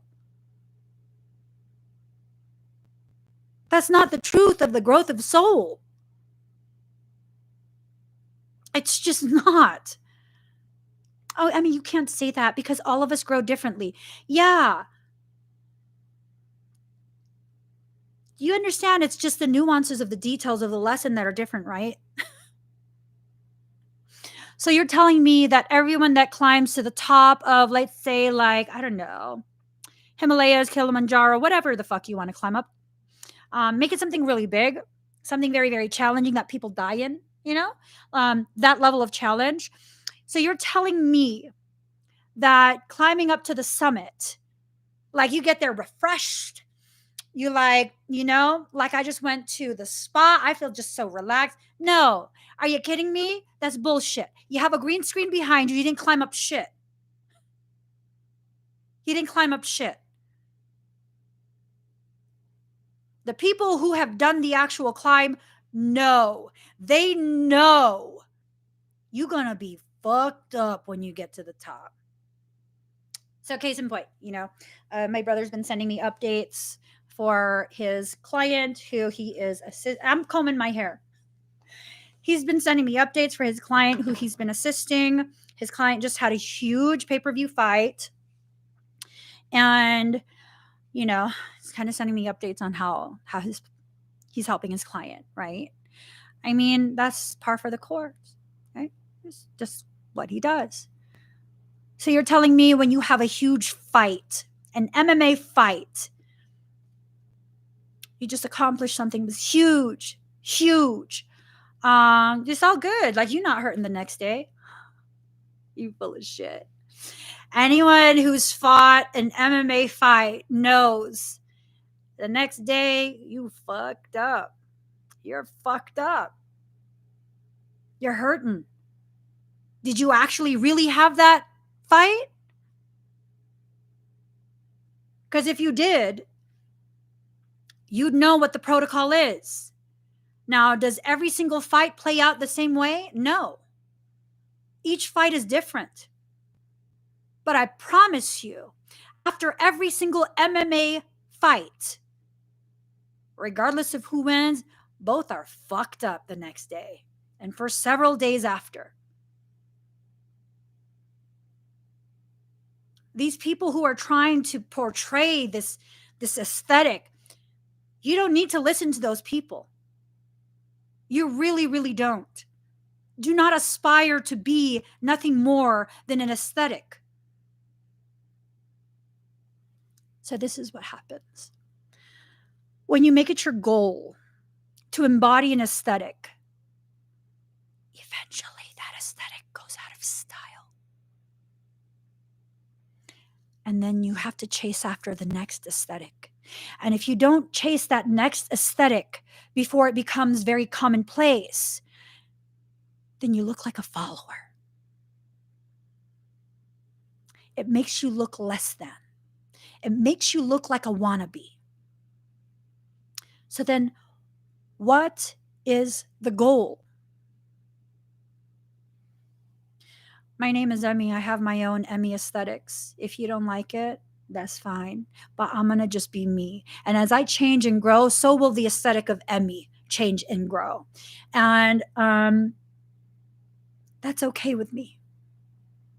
I'm not going to chase after anything. I'm not going to try and keep up with anyone. I got my own lane. I got my own lane and my own car and my own snacks in the car. I got my own sunglasses. I got my own sunscreen. I really not tripping. Stay in your lane. I'm going to stay in my lane. I'm going to be all good. I'm going to be all good. And because the profound nature of me, my purpose, who I am, I know there will be people who will continue to chase my aesthetic. But here's the thing. Do I need to be insecure in that? Do I need to, like, someone's going to replace me? No. You chasing my aesthetic, you got to wait for me to recreate myself before you can follow that shit. None of my problem. That's literally none of my problem. I'm going to keep focusing on me. The people who, like, if we're on the freeway, let's make an analogy here. You're on the freeway, minding your own business in your own lane, driving perfectly fine, and another person tries to come up and cut you off. There's no space for them. Now they're swerving in their lane. I'm good off that shit. I'm changing it to a different lane. I'm good. I'm good. For all I know, you're drunk. I'm good. I'm good. You go right ahead. Go right ahead. This is something that I was taught in high school. If you suspect another person is a drunk driver, do not try and outdrive them. They're probably using you to pace themselves so they don't get pulled over by a cop. The likelihood of you getting into a fatal crash trying to outrun a drunk driver is elevated. Go slow, let them pass you. Go slow, let them pass you. Not long after I graduated from high school, not long after that, I was on the freeway, maybe 2 in the morning, 1 in the morning. This guy is driving right beside me. He's kind of swerving, and I'm like, oh. Yeah, in California, the speed limit is 65 on a freeway. I was going 70. I slowed down to 65. They slowed down to 65. I slowed down to 55. They slowed down to 55. I slowed down to 35 miles per hour on the freeway. They slowed down to 35 miles per hour. I turned on my hazard lights. They flipped me off and kept going. Good, keep going. Keep going. Just keep going. I don't need no part of that. Keep going. And they did. And then they crashed. I had to go several miles before I saw them crash in the middle of the freeway. It looked like their car nearly wrapped around another car. I don't need to be a part of your shit. I really, really don't. When I identify you as toxic or dangerous in some way, I'm good. I'm good. I'm good. I'm absolutely good. Yep. I'm absolutely good off that shit. Visions of life beyond death, allowing yourself to see who you are and who you will be beyond this metaphoric shamanic death that you're experiencing. You're so much more than what you allow yourself to recognize yourself to be. It requires the death of the identity that you're identifying as right now for more of the truth of who you are to rise up. You cannot remain the same person and grow. It's impossible. It is impossible. A lot of the things that you do right now, the things that make you feel like or look like you're weaker than someone else, those are probably trauma responses. As you grow beyond the trauma, you will no longer have the trauma response. When you grow beyond the trauma response, you will no longer behave in the same way. You will no longer see life in the same way. You will no longer interact with the same people in the same way. You become someone else, a more authentic version of yourself. That's to be celebrated, not to be shamed. And the people who will shame you, they're just mad because you're going beyond normal. You're going beyond where they can follow you. You're going beyond it. You know how many people are mad at me because I grew beyond where they could follow? Stay in your own path.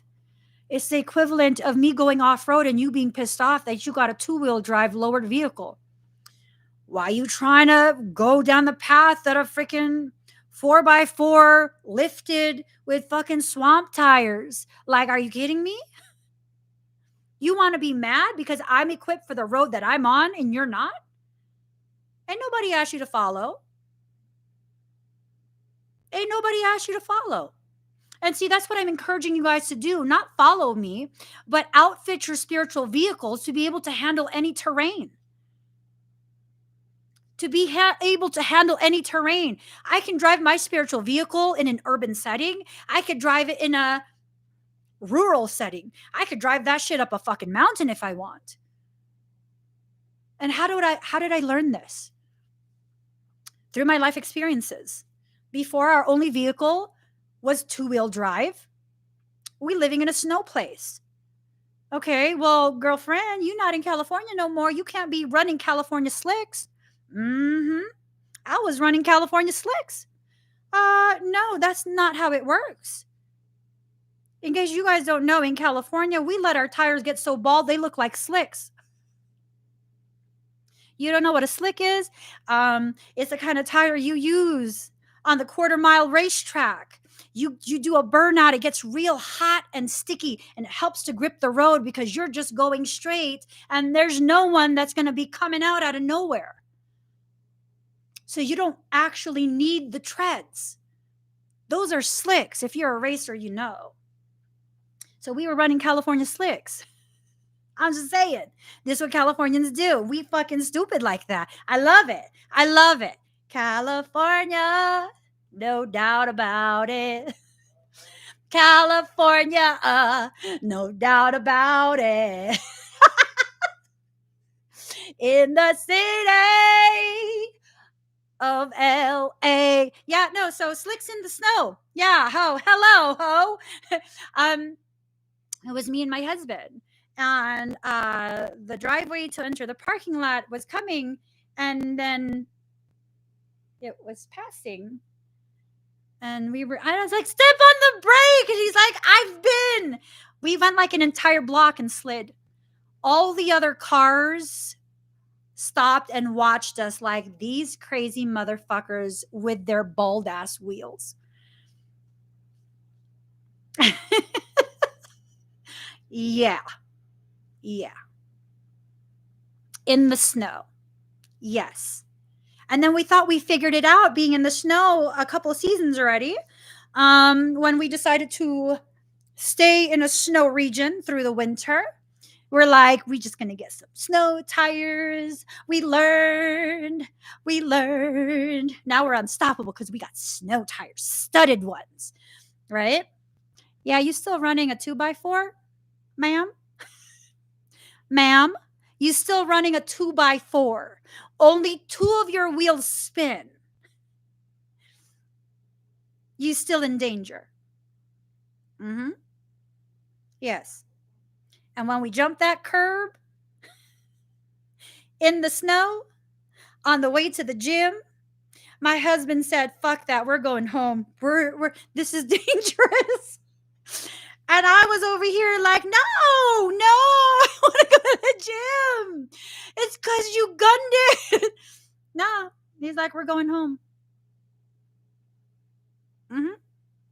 Yeah. So then what was the solution? Get a 4x4. Lift it. Like, have some common sense, Emmie. Get a 4x4 that's lifted. Okay?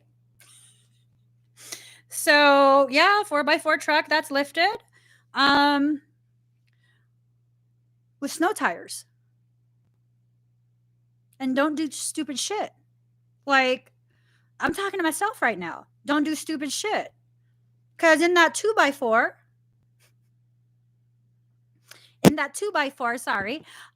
we decided to go try.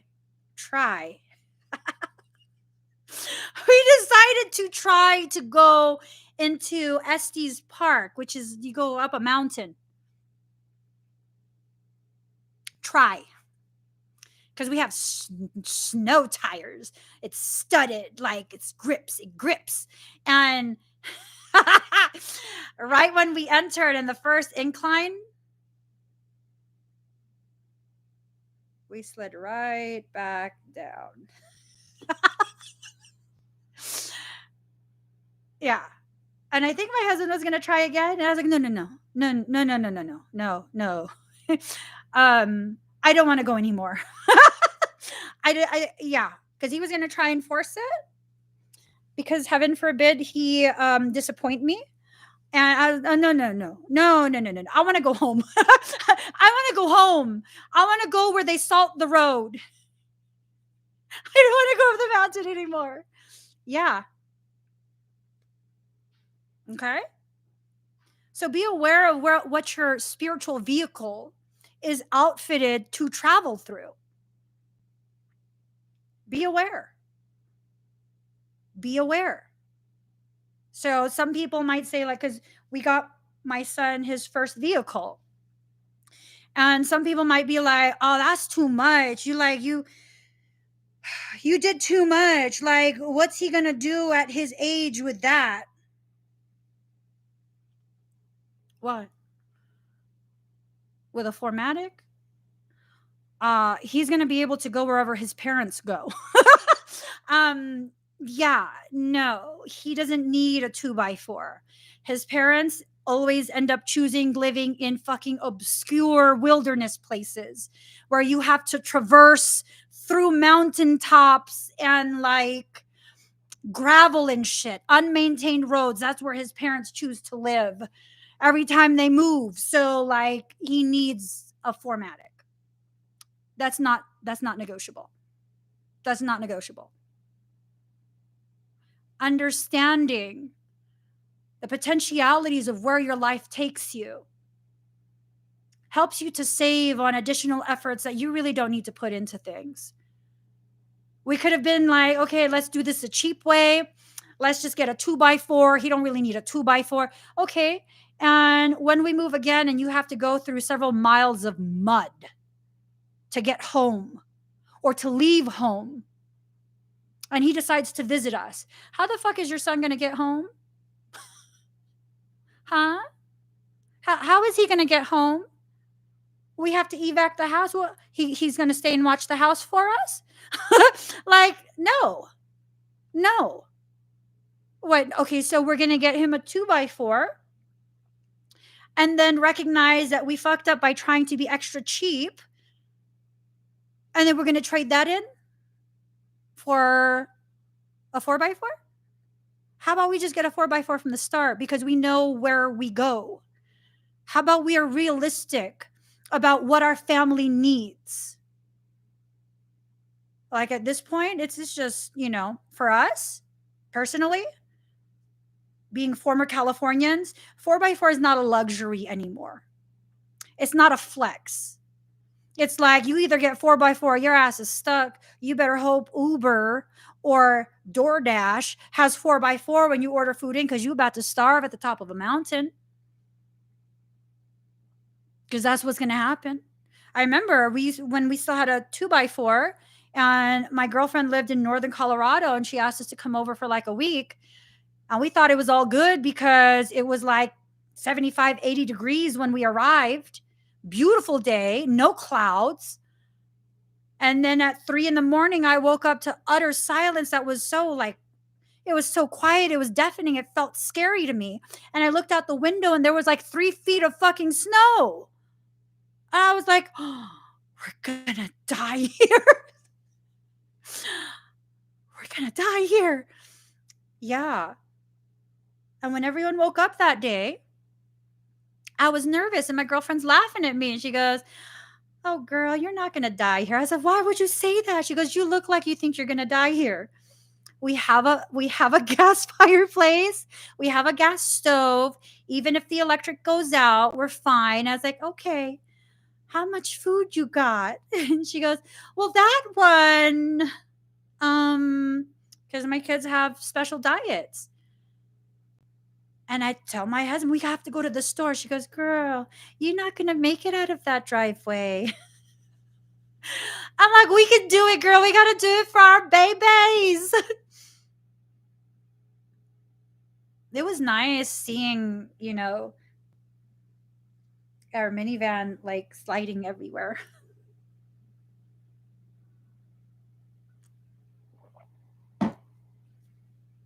It was cute.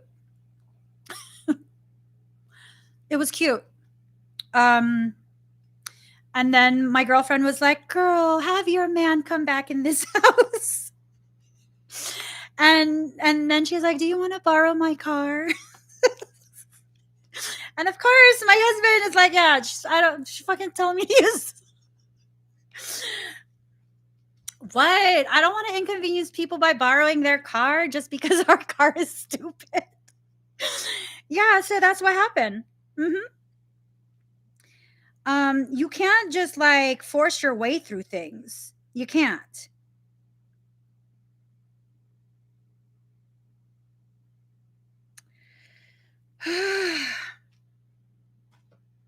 Card number 33, Heaven Sent. Allowing yourself to receive the truths and the experiences that your higher self is sending to you. Your growth is important. It's the most important thing that you can cultivate. Card number 39, free from judgment, free to love. Allow yourself to be who you are and accept yourself as you are right now. Not after you achieve something, not after this, not after that. If you're going through a self-love journey, you can't only love yourself after you've lost the 50 pounds, the 60 pounds, the 70 pounds, after you get the six pack, after you get the dress that you wanted to fit but couldn't fit. That's not self-love. That's not self-love. That's not self-love. The reality is this. If you're going to lose 50, 60 pounds, you're probably going to have a lot of loose skin. No matter how fit you are, you might not have that six pack ever. And if you can't love yourself through that, how are you going to love yourself? How are you going to love yourself? You're not. So then what's the point of losing the weight? That's not self-love. It's just not. I say this as someone who lost over 100 pounds. I lost over 100 pounds. I've had a lot of children. I didn't have surrogates for those children. So many little human beings lived inside my body. Do you know what kind of wreckage that does to a woman's stomach? I lost 100 pounds.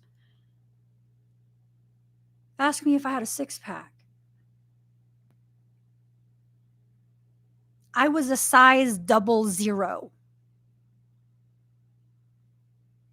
No six pack. And my little one would come up to me and go like this to my belly like he's kneading bread. And he'd be like, I love your squishies. He loved my squishies. He would go like this to my belly. Size 00. I was in no way, shape, or form fat. As a matter of fact, most people who saw me in person would be like, oh my God, you're so skinny. Was I not worthy of love because I didn't have a six pack?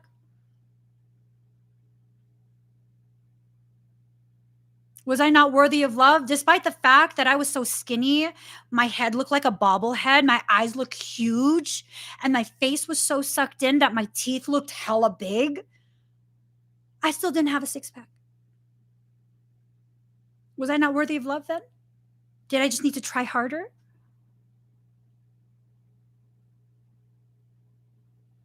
Is that what you do to yourself? Is that fair? Is that loving? Is that helping you to grow? Or are you allowing other people to bully you into some sort of aesthetic so that you can have some sort of value? If they couldn't value you at whatever size you are now, wherever you are within your life, within your finances, whatever it is, they're not going to value you later on. Do you think the people who couldn't value me as a stay-at-home mom who wasn't bringing home some bacon, do you think they could value me now? No, it went from I'm just being lazy and I need to go to work and stop using my kids as an excuse to now they know that I work. Oh, she thinks she's better than everyone. No, you think I'm better than you. You needed me to stay that stay-at-home mom that's unemployed so that you could feel better about yourself. You think I'm better than you. I think I don't give a shit where you're at with your life or how you see me because of that. I think I'm happy where I am, so I'm not going to pay attention to any of your shit. And I think it bothers you. But that's none of my business. See how that works there? You see how powerful that is? To recognize that the people who can't value you where you're at are probably never going to value you. They're probably never going to. Why do you need them to value you?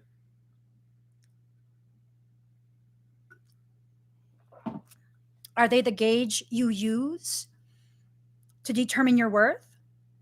Because some of us do this. Some of us use the very people who we know dislike us, and our goal is to make them like us. And if they like us, that means the rest of the world will like us. Well, everyone has a different perception. Do you know the ratio of how many people like me versus how many people dislike me? I don't know the ratio, nor do I care to. I have my worth regardless of who likes me or who doesn't. I am who I am. I own my life, and I'm going to fully live it. I'm not going to waste my time with who likes me and who doesn't like me. Like, no, that's none of my business. That's none of my concern. None of it. None of it. I'm going to just keep living, keep growing, keep increasing the value that I see within myself on a day-to-day basis. Has nothing to do with anyone else. Now, sometimes people will be brought across my path to help me trigger myself into recognition of certain things that maybe I'm not recognizing on my own. Case in point, several months ago, a disgruntled person decided to make it a point to dedicate a large portion of their day trying to wait for my live streams, creating multiple accounts so that during live streams, they could let people know that I'm a scammer, that I'm not actually a healer. First, I've never identified publicly as a healer. I'm a subatomic attunement engineer, recodement specialist, and parasitic extractor. I don't identify as a healer because I absolutely respect the power of your sovereignty. And I can try all I want to heal you, but without your consent and cooperation, none of that's going to stick. So if it doesn't stick, I'm not healing you.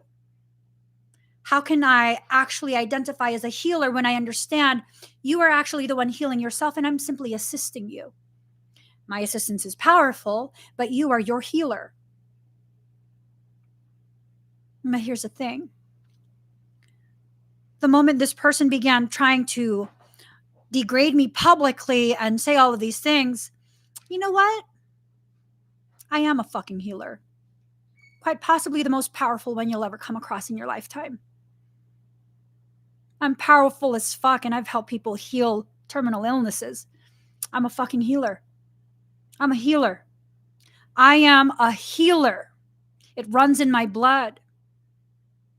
I'm a healer, self-taught, accessing the information of all my ancestors.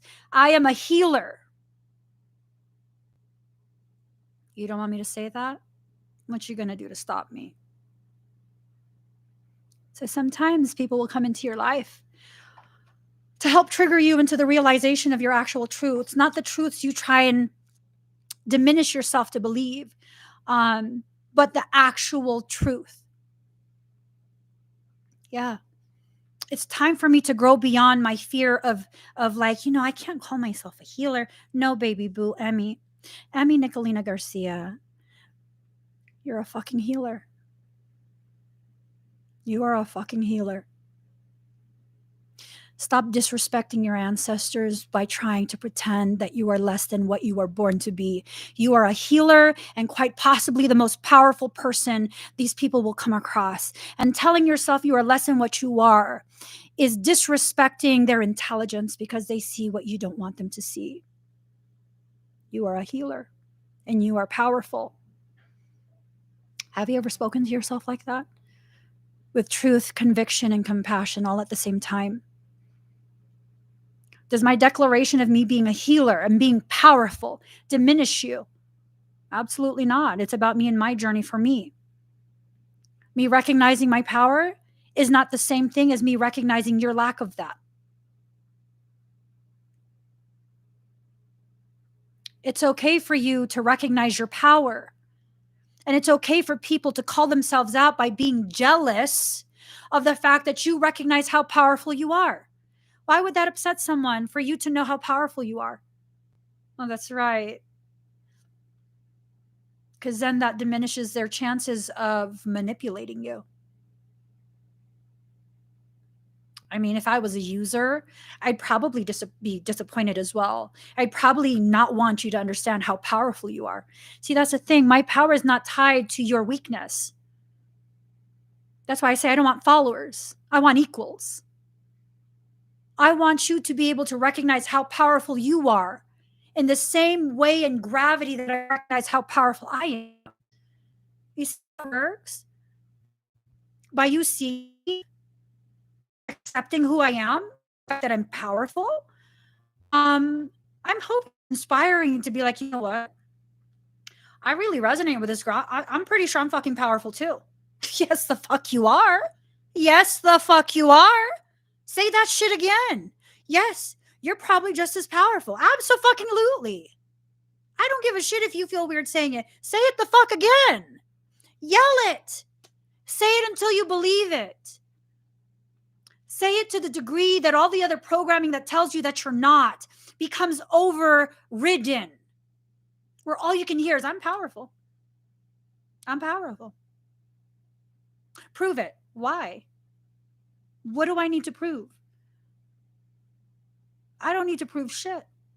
I just need to feel it. I need to feel it. If you need me to prove it, you probably don't feel it. It's okay.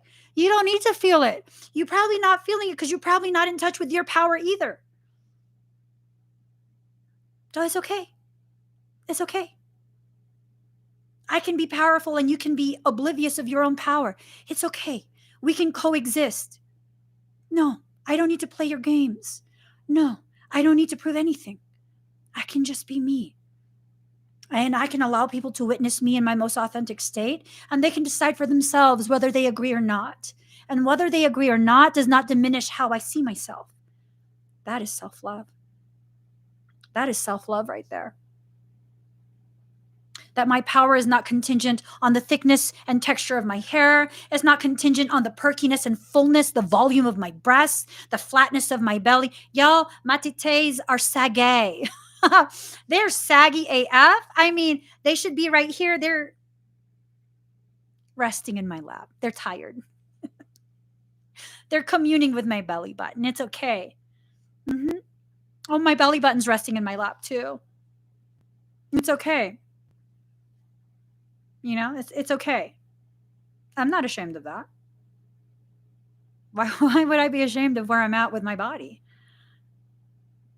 You know, like, you want me to have a completely flat stomach, no stretch marks, perky breasts, no wrinkles? Are you a pedo? Are you the P word? Because you're describing a child's body. You want me to be hairless like a child, a prepubescent body. I don't know, but it sounds like you have an issue, not me. That's what you're drawn to? That sounds like you have an issue, not me. Because I have a woman's body. I'm not saying I have hips or an ass. No. Okay? I have a refrigerator with a massive case of gynecomastia body. Hey, hold on. Some people be liking refrigerators. I'm just saying. Hey. I'm a little bit cold up here. I'm a little refrigerated. It's okay. No, all seriousness, my body is mine. I don't need to please anybody. I don't need to play some role. For several years, I had the fucking body of a 10-year-old boy with gynecomastia. You know, like, I don't need to be ashamed of that either. I had that body during this period where everyone's getting BBLs and, you know, like, no, I'm not slim thick. I'm just like scrawny. I'm scrawny. And what? And what? Someone tried to say shit to me about like, oh, I have no ass. Yeah. I also have no fucking cankles. I had to slap back. This is a backhand. It was, I didn't even, it wasn't like, it was like backhand. Yeah, I got no ass, but I also got no cankles. What now? What now? What? They're like, oh, you're a bitch, right? Game recognized game. Okay. Mirrors. Tell me I got no. You think I don't know I got an ass? I got no ass, I mean. At one point my husband tried to grab my ass and he grabbed hip joint from the back. I'm not joking. He grabbed hip joint. The actual joint to my hip from the back. He grabbed the head of my femur. And he was like, you know, he was trying to be playful and stuff. And I was hugging him and he grabbed my ass. My ass. And I was just looking at him and he kept like grabbing, and I was like, that's my hip joint. That's the head of my femur. Oh, damn, that is. That's okay. That's where I was. That's okay. I don't have to play an aesthetic. Card number 16, what you want wants you. You want to be a glutton for punishment? There will be people who you will come across who want to punish you. You want to celebrate yourself? There will be people who you come across who want to celebrate you. It's okay. It's okay for you to celebrate yourself. It's okay for you to recognize your worth celebrating. Oh, that hits me in the chest.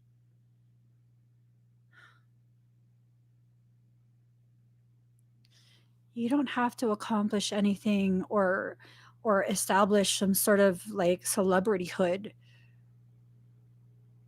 before people can celebrate you. You're worth celebrating just as you are. You're worth celebrating just as you are. You know, like, do I need to accomplish something? No. You either want to celebrate with me or you don't. And that's fine. It's fine if you don't.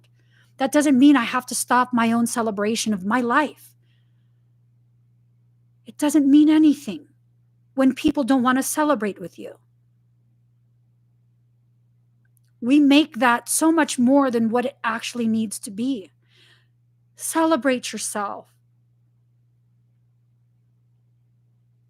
You feeling sad because you want to go to this restaurant, but no one will go with you. Go with yourself. Get all dressed up. Get dressed up. Smell real good. Moisturize your skin several times so you feel nice and soft and luxurious, and celebrate yourself. Go to that restaurant. Pick something fancy. Eat all of it. Eat all of it, you know? So, went to go eat out yesterday. And it's this restaurant that has like some really, it sounded like really healthy stuff, gluten-free. They offered vegan options. I can't have any butter stuff, so that's good for me. And I ordered the biggest steak that I could find on the menu. And it comes with 2 sides, which I chose veggies. And then I asked for an extra side dish. So that's 3 sides, the biggest steak in the menu. And then I asked someone if I could have one of their sides as well. What? Like what?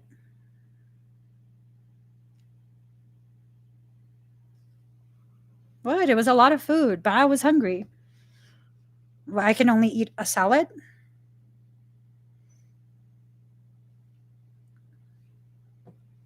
Let me tell you something. Even when I was a 00, I could out eat a 300-pound man in one sitting. I could literally out eat you. And I don't have to be ashamed of that. It doesn't make me less of a woman. It doesn't make me less of a woman. I refuse to comply with your gender roles. No. I'm going to be who I am. A sometimes kind of sort of masculine woman. It's okay for me to look ultra feminine and have masculine energy. It's okay for me to do that. It's okay for me to be that. It's not a role I'm playing. It's who I am. I have masculine energy, but I look very feminine. No, I'm not confused about my sexuality. No, I'm not confused about my orientation or any of that. Mm-mm. I know what I like. I know what I don't like. No, I don't need to water myself down so other people can better place me in boxes. Uh-uh. You know how many people I've known who are lesbian, and because I'm more masculine in my behaviors and energy, they try and convince me that I'm a lesbian too? Like, uh, I'm sorry. What made you think that my sexual orientation is up for debate?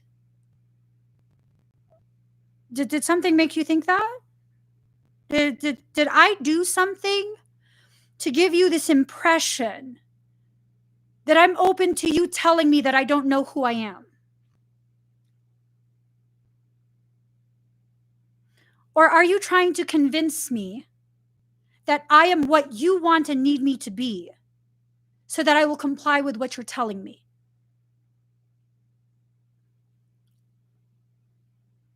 I mean, I'm just saying.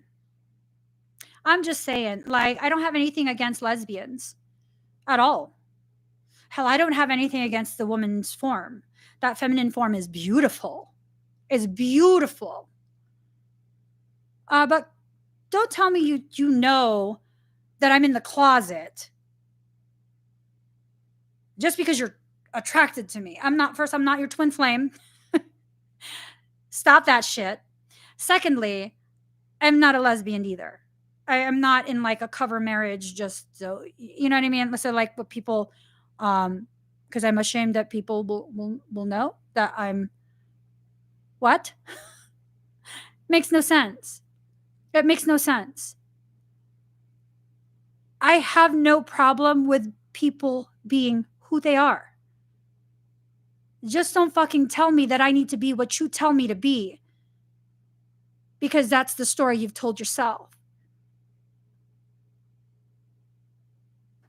That's not okay.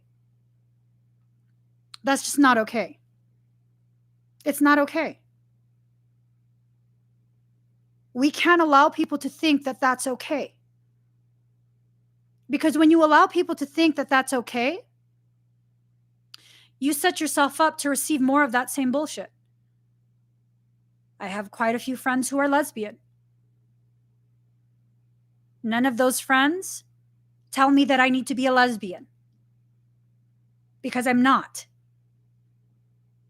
It's okay. I'm not in the closet. This is a fucking studio. There's no closets up in this bitch. It's just an open space. It's a studio space.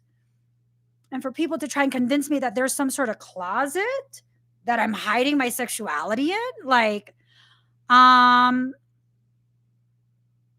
No. No.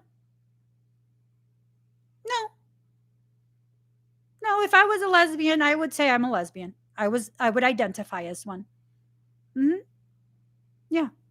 If I feel like I'm transgender, someone also said to me years ago that I have gender dysphoria. Like, no, I'm pretty sure I'm a woman. I have masculine energy, but I'm not confused about being masculine. Like, I'm a woman. No, you have gender. No, no, no, no, no, no. I know I'm a woman. I like to be a woman. Huh? I'm a heterosexual woman. Yes. Yes. No, I'm not having this issue with gender dysphoria and I'm gay. Like, there are people who do experience that and they struggle through that. Please stop trying to convince me that I should struggle through that, because that's not how I identify. It's some crazy ass shit the world will throw your way. People try to convince me, this person tried to convince me that I was just too afraid and didn't have the courage to be transgender and gay. What in the fuck are you talking about?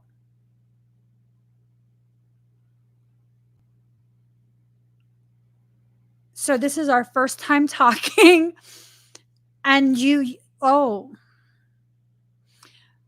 So how did you feel when people told you that you can't be trans? Was that okay with you? When they said, like, you just don't get it. You're in the right body and you're not homosexual. How did that feel? Oh my God, it was horrible. Okay, but you realize you're doing that to me right now. You're trying to convince me that I should share that same struggle, that I'm not having that struggle. I'm not in denial of who I am. It's not for a lack of courage. It's for a deepening of my understanding. I'm actually who I am. I am a heterosexual woman in a woman's body. And I have masculine energy. And that's okay. I don't need to be classified in different things. Like, I could just be me.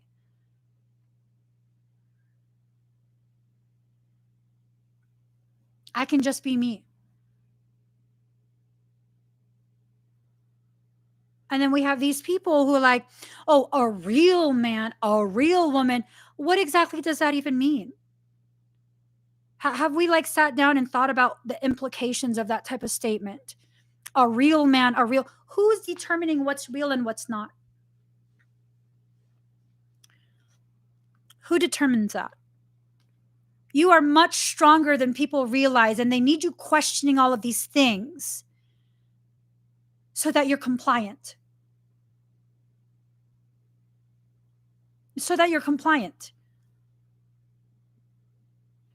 Why do you need to comply? Why? Who are you complying with? Who? What storyline are they needing to sell you? Now, I want to clarify.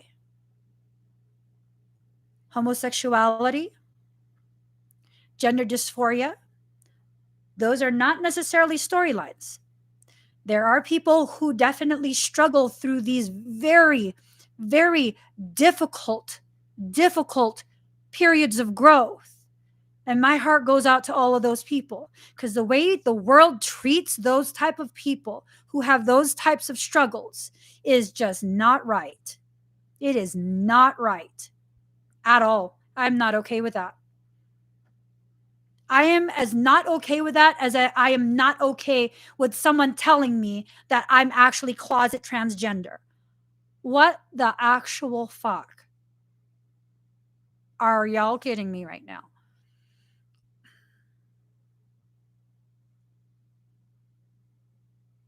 Mm-hmm. That's too much. That's too much. It's just too much. We can accept other people as they are and not have to become that in order to show solidarity. It's okay. I have several friends who are indeed transgender. I still love them. What? Oh, I love them even. No, that is a statement. I love them. I still have love for them, even though I haven't been in touch in a little bit, been busy. There's no, I love them even, no.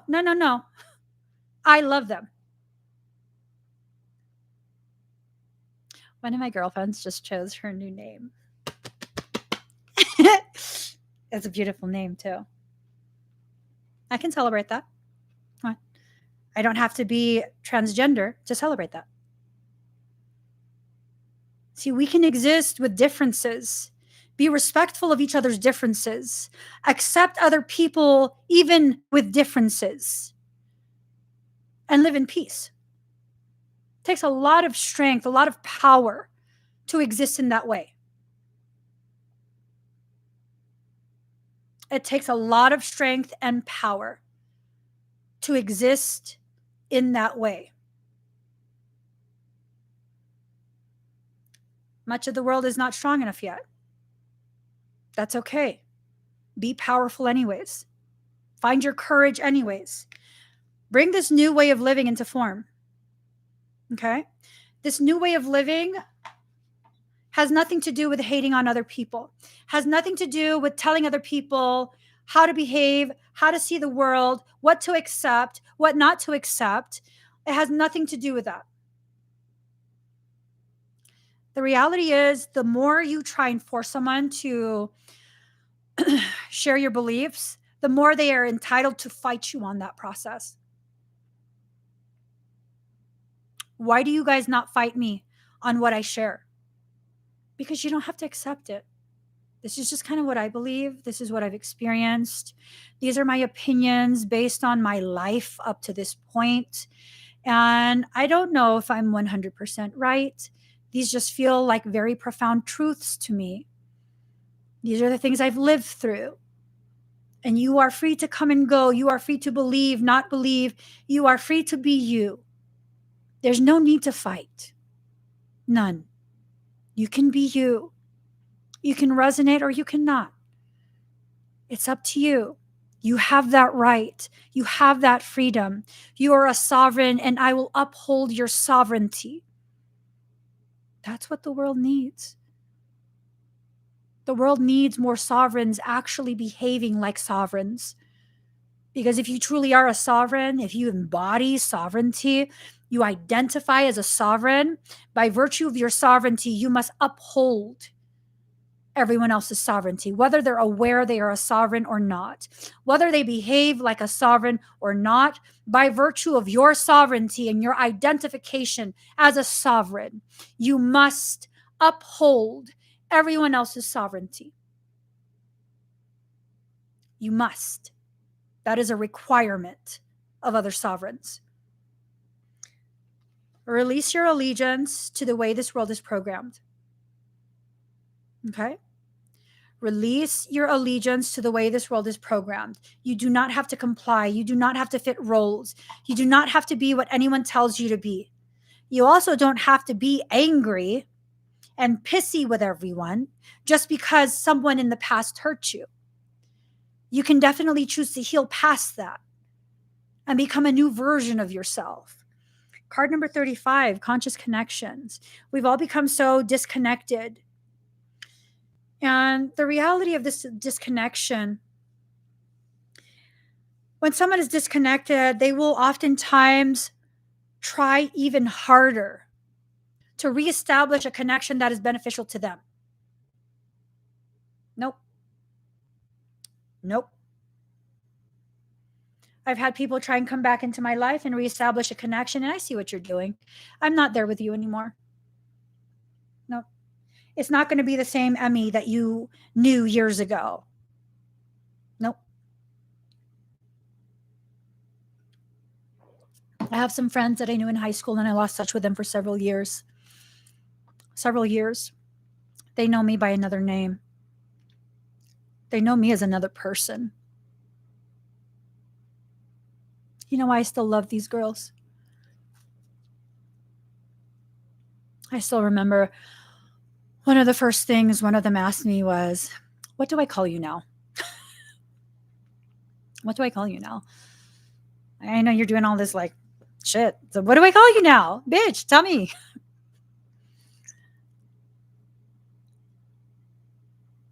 That's beautiful. To be in the presence of someone who knew me as a Stepford soul. And despite knowing me as that Stepford soul, they're wanting to know me as I am right now. Not asking me to go back to that place, but they're asking to know me as I am right now. Wow. Wow. Your name is your identity. Are you aware of that?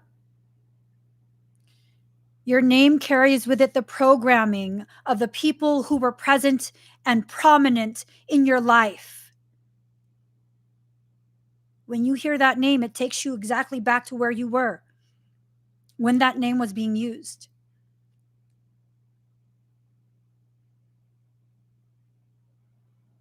So then what? Does that mean we all have to change our name? Well, it means that if you can't free yourself to be who you are, so long as you identify as that name, then that tells me that's no longer your name. So what's your name? I don't know. Who are you introducing yourself to me as? Who do you identify as? Who? Tell me who you are. Don't wait for me to dictate to you who I decided you are. Reclaim your power. Take it all back. Take all of it back. Tell people who you are. Don't wait for them to dictate to you who they are going to tell you to be. Take your power back. Take your identity back. Take it all back. The beautiful thing about not knowing, it opens you up to the potentiality of rediscovering. I lost who I was years ago.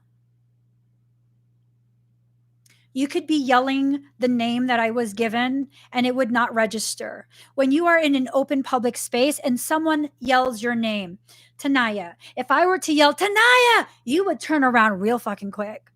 You would turn around and look for who is calling your name. I stopped doing that.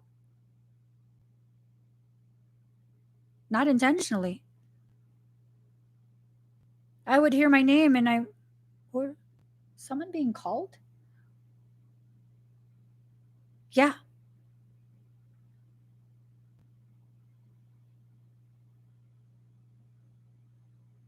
And what happened? What happened after that? So many people thought I was so weak and I was actually like, just hiding away, running away from her problems and yada yada yada. The other people can think that I was running away from my problems in my life, but I was actually running back to me. I was running back to me. I was rediscovering who I actually am, not who I was told to be. Yeah. And that's how I found myself. That's how I found myself. Was I impressed with what I found? No. Was I ashamed with what I found? No. I was simply observing. Simply observing and recognizing, wow, I'm nothing like what they said I was.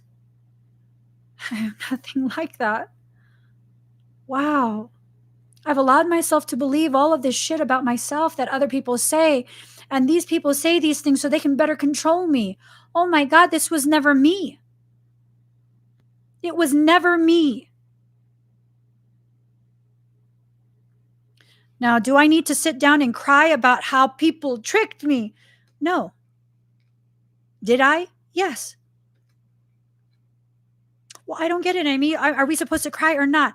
I'm telling you, do what you feel is right for you. Stop waiting for someone to tell you how to receive your life and your growth. Do you need to cry? No. Will you cry? That's up to you. I am a highly sensitive Piscean empath. I needed to cry because I never let myself cry. I never let myself cry before. Do you understand what kind of blockages exist when you live like that? It's not that you don't feel anything. It's that your environment doesn't give you permission to recognize what you feel. So when you recognize that, when you become aware of that, you now have an obligation to yourself to give yourself the permission to do what you need to do. And if you need to cry, then fucking cry. Cry. Do you need to cry? I don't know. Do you need to? Do you not? I don't know. Decide for yourself. Decide. Make a decision for the first time in your life that has nothing to do with anyone else and what they expect of you. For the first time in your life, can you please do that? Make a decision for yourself, not based on what other people expect or need from you.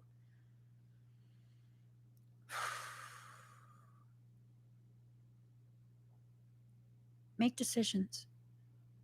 Make decisions for you, only you. Make decisions. See the truth of who you are. See who you actually are, not what people are telling you you are or need to be. You know, so, okay, I have this thing with like power tools. I'm not joking. I totally have this thing about power tools. I fucking love them. I love building shit. I love building like built-ins and furniture and stuff like that. I love it. I love it. Now, here's the thing. In my culture, I'm not allowed to love it. Yeah. You're not allowed to use power tools. You're not allowed to build things. You're not allowed to be powerful in your own right. Hell, I can go so far as to say you're not allowed to learn how to drive stick shift. You're not allowed to learn how to operate a manual transmission. Like, you're doing too much if you are. If you're asking to learn, you're doing too much. What are you trying to be? Are you a lesbian? Like, what the fuck? Because I want to learn how to drive a car? Oh, you're too much of a tomboy. Telling me that I'm not a boy. Who said I was trying to be a boy?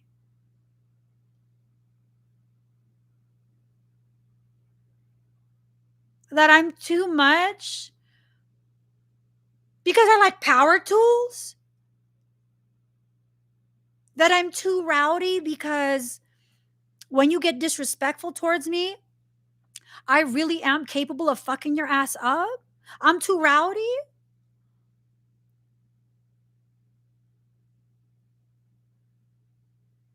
I'm sorry. I'm still gonna build shit. I'm still gonna respond accordingly with what the fuck you try and do in front of me to me. What? Mm-hmm. I'm doing too much. I can't say the B word. uh-uh. Uh-uh. And then being told when I had made a decision for myself for the first time ever that I was going to go to the Art Institute for school. When I had made a decision, I made this one decision for myself and I was like, okay, I'm going to be realistic now. I don't want to be a doctor anymore. I don't want to be a nurse. I don't want to be any of that. I love to build furniture. I love interior architecture and design. Let me go ahead and get a degree with that and like start my own company. And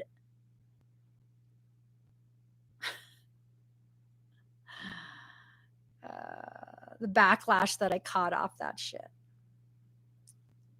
The backlash. It was laughable. It was laughable. It really was. This whole like, oh, you're just trying to waste money. So you told me I'm not worth anything without a degree. And then you tell me that I need to be in the medical field, but now you don't want to pay for my education. And before any of y'all say anything, in the Filipino culture, the parents pay for the education. Okay? If you come from a different culture and you don't understand that, keep your comments to yourself. In the Filipino culture, the parents pay for the education. Why? Because we come from a culture and society where the children are expected to take care of the parents when they can no longer care for themselves. It's basically a prepayment for end of life care. Okay? Okay. So, despite the fact that I'm getting straight A's at UC Berkeley, and that semester that I was getting straight A's, I was literally getting 100% of my classes, every class. I was taking physics, and I believe it was microbiology and chemistry. Bitches. Physics, microbiology, and chemistry. UC Berkeley. And I'm fucking wasting your money? Okay, well, I'm not gonna fucking do that. Like, no. Why the fuck am I gonna go ahead and continue with that education? I don't even want that shit. I don't want that shit. If I'm gonna be in debt for my education, it's gonna be what the fuck I wanna do. And I wanna build some motherfucking furniture. Yeah. Oh, God. The backlash I caught off that. Like, you're not even being asked to provide for my fucking tuition at this point. Just stay out of my way. Just stay out of my way. You tried to tear me down despite the fact that I was getting 100% in physics, microbiology, and chemistry all at the same fucking time at UC Berkeley.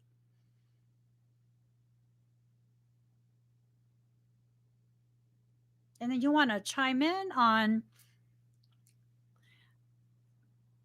me pulling out a student loan to do interior architecture and design? That's a not a real job? I'm sorry. What? What? What? No, no, no, no, we're not seeing eye to eye. No, I'm not seeing what the fuck you're seeing here. I'm not seeing what the fuck you're seeing here. So maybe how about I just decide for myself and not include you in any of my life decisions at this point? And when you ask me, like, what are my plans? What have I decided? Nothing. Nothing. Because really, there's no value in anything I decide for myself unless it goes with what you say. And if what you say does not align with what I want and what I need, well, then all you need to know is nothing. Because I'm nothing to you, anyways. And I don't say that as someone who's been hurt. I'm saying that as someone who finally sees the truth. When the people in your life only value you if you play what role they want you to play, you're nothing to them. You are a pawn. You are a piece on their game board. And that's the reality of it. Does that mean I'm nothing in the grand scheme of life? Oh, I'm very much something. I am very much something. Yeah, I might not be nothing. I might be nothing on that game board because I don't like to play games. I don't like to play games. And I don't need you to validate that I'm something. I'm more than something. I'm fucking profound. Do you know how long I've worked to be able to say that about myself?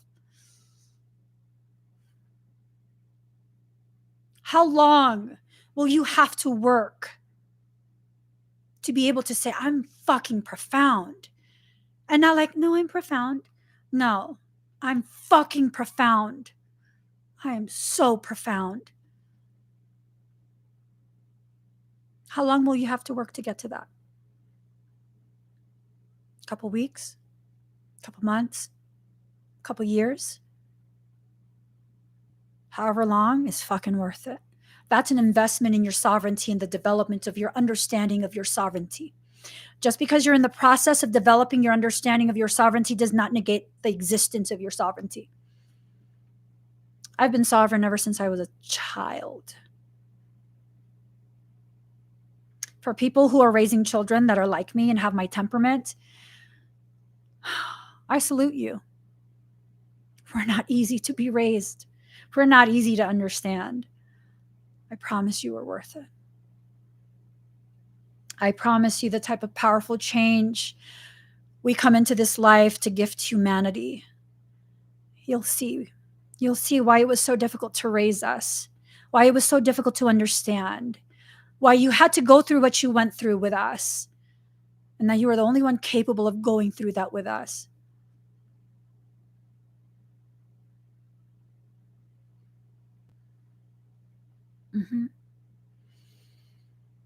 If we're here to change the world, we can't behave like all the other children.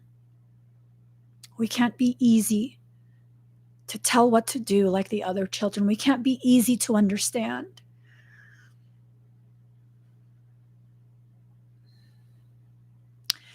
I know it's hard. I know it's hard. Just as you can't understand us, we can't understand why you can't understand us. We can't understand you and the limitations you live with. We don't get it because those limitations don't exist within us. And I'm finally just realizing that now. Seeing several of my friends raising children who are just like me. That's hard. Seeing it from their perspective as the parents, that's hard. Feeling it from the perspective of once being that child, it's hard. But the things that are really truly worth your time and your effort and your soul are hard. If you come into this life wanting things to be easy, you will not grow. You will not live up to your potential, and that is your choice. That is your choice. And if I can respect that choice, I'm going to need you to respect my choice to live up to my potential, to grow through challenge, to grow through life experience, to not be expected to just believe what I'm told so that I can avoid what? My life? No, I have to live through it. That's the only way I'll learn. And no, it's not me fucking up left and right. It's me exploring pathways that take me back to myself. And just because it looks like I hit a dead end does not mean I failed. It means I have to turn back around and find a different path. It is not a failure. It's not. It's not.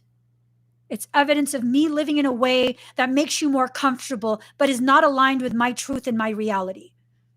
It's me compromising myself and my journey to please you. It's not a failure.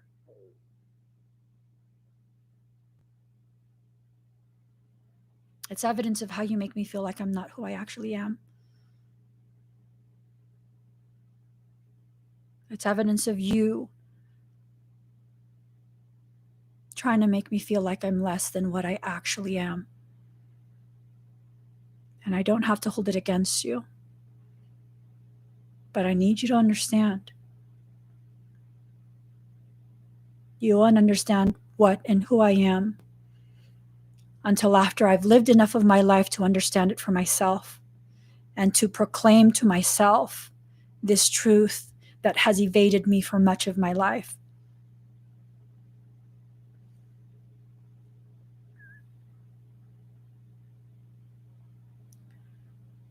It's okay for me to not know the gravity of who I am right now. I can still feel like I'm profound. It's okay for you to not know all the details of where you're going to go, of how your life will play out. You are still profound. Michael gives me this analogy. A male cub has no lion's mane until it's lived enough to grow it.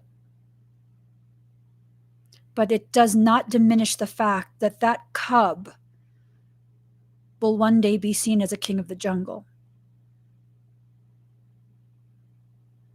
It's okay. It's okay. Just because you don't know doesn't mean it diminishes who you actually are and your purpose in this life. It doesn't. It doesn't. And every time you get into situations that cause you to feel less than, that cause you to become more rebellious because of other people's attempts to break you, every time you go through that, you become closer, one step closer to realizing the truth of who you actually are. And as you begin to realize, it's my hope you'll begin to develop an appreciation for the ways in which all these people have contributed to your growth, whether intentionally or not. They've contributed to your growth, and there's nothing about your life that you need to be angry about anymore. It's not to say that you need to be happy about the ugly things that people have done to you. It is to say that now you see it was your soul who brought them to you. It was your soul who allowed them to have access like that to you. It was your soul who was asking them to help grow you. Fuck the human intent. Once you get to that certain point of knowing,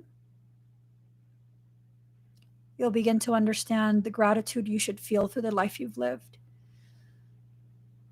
Not because people were nice, not because you're now going to bully yourself into having, human love for people who were nasty to you, but because you're elevating yourself to your proper place within your heart and your mind. And you understand these little human beings could have never stopped you. And it's okay that they tried, because every single time they tried, they added another jewel to your crown. And now, with all the jewels returned to you, you can actually step out in grace with your royal robe, your royal scepter, and your beautiful jewel-encrusted crown. No one could stop you from this, ever. So, final part, all 3 cards came out. Diving for light beyond the mind, the heartbeats, and power of attraction. All the cards came out, and with that, think of how this ties in to the connections that you have with people on a soul level. Okay? For some of us, we needed to know another person exists just because we needed to know there's someone just like us out there. We don't need to heal them. They don't need to heal us. We don't necessarily need to be in each other's lives. We don't necessarily need to not be in each other's lives. What we need is to know we are whole in ourselves. You are a whole being. There's nothing about you missing or broken. No. It's like this image of someone taking all this time to line up all of these dominoes just perfectly. And then when you're done lining everything up beautifully, creating this beautiful, intricate design, for you to think it's some kind of failure when all the dominoes start falling down one by one, as they were planned to do in the first place.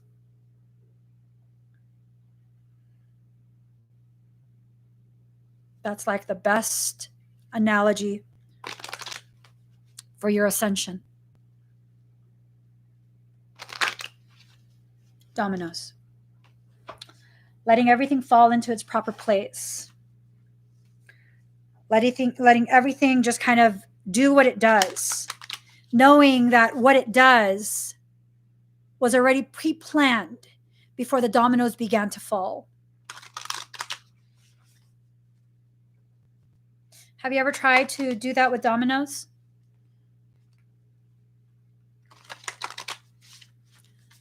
One wrong move. If you're hasty in your movement, you're going to have to start all over. You're going to knock over the pieces. You're going to have to start all over.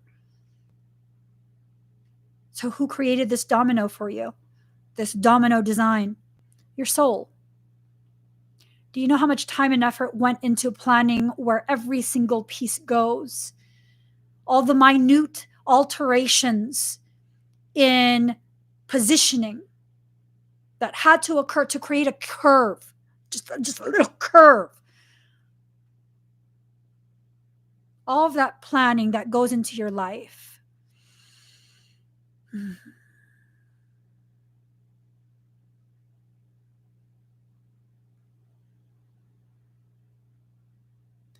All this planning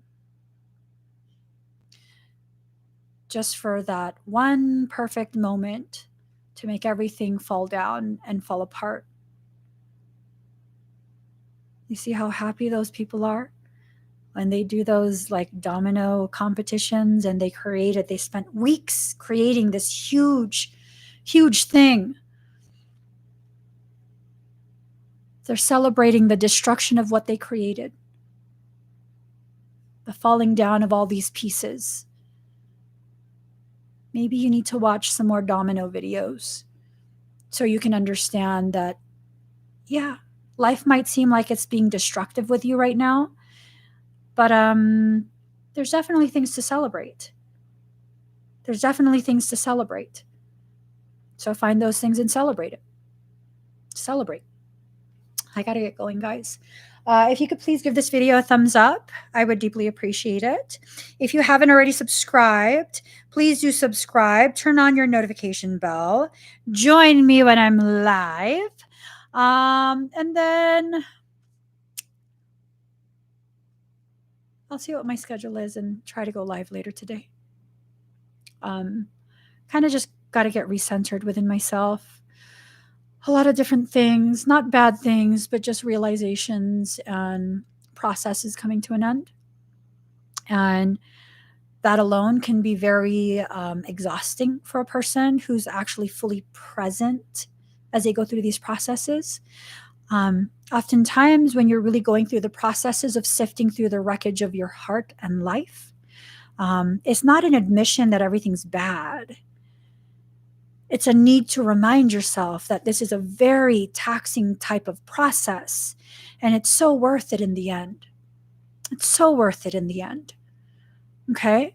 When those 2 towers came down in New York, were we just going to leave that there? How much wreckage was that? How traumatic was that? For people who were present and people who weren't, how much was that to process? I was on a completely different coast and that fucked me up. That fucked me up. I was pregnant. I was like, what am I bringing my kid into? What the fuck is this world right now? Yeah. And I don't have any relatives in New York at that time. These were strangers to me. And it still affected me in that way. Regardless of how it affects you. Things need to be processed. Things need to be cleared. You don't have to rush through that. Do it in an appropriate manner for you. And be fully present in the process. Learn as much as you can. Not just from the lesson while it's happening, but from the cleanup after the lesson is done. That's how you maximize your growth. Don't be bitter about it. Learn, grow, be present. Reclaim your power. Reclaim your power. Several years later, quite a few years later, I got back in touch with someone who I went to high school with. She was in the fucking building when it happened.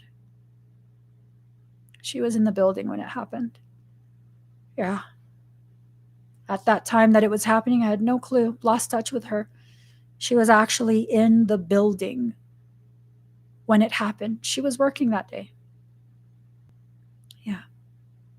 She was lucky because she was able to evacuate. She was working that day. So, it's just one of those things.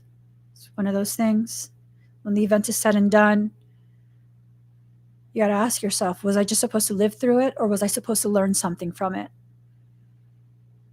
I promise you, it's the second answer. It's the second answer.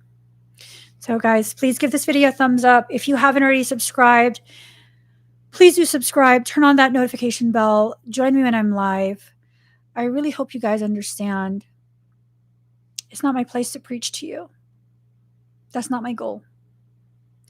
My goal is to share enough of me and my thoughts and perceptions with you that it triggers a process within you.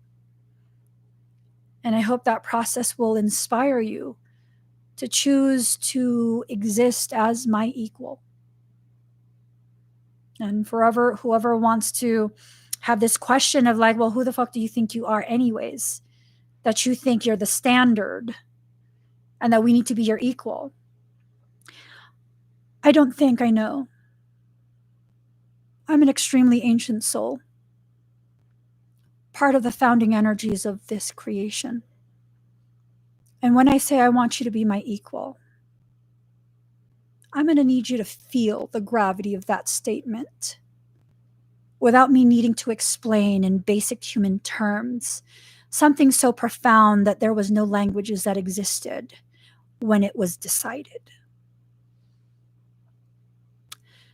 So who the fuck am I? Your inspiration. Get inspired. Get your head out your fucking ass and get inspired. If you need to get angry before you're inspired, then get angry. But don't stay there. Get angry and let that anger lead you to your inspiration. And if I don't inspire you, find someone who does. Because I really don't care what path you take to become my equal. But you better fucking show up. You better show up and you better stand beside me. Because it's time for this world to change and I'm tired of waiting. So who the fuck am I? The one that's lighting the fire under your ass to make you move so that we can change this world. And if that's not profound enough for you, maybe you need to take off all those layers that cause you to not feel. That's a you type of process, not an us. That's a you process. So, gotta get going. Bye, guys.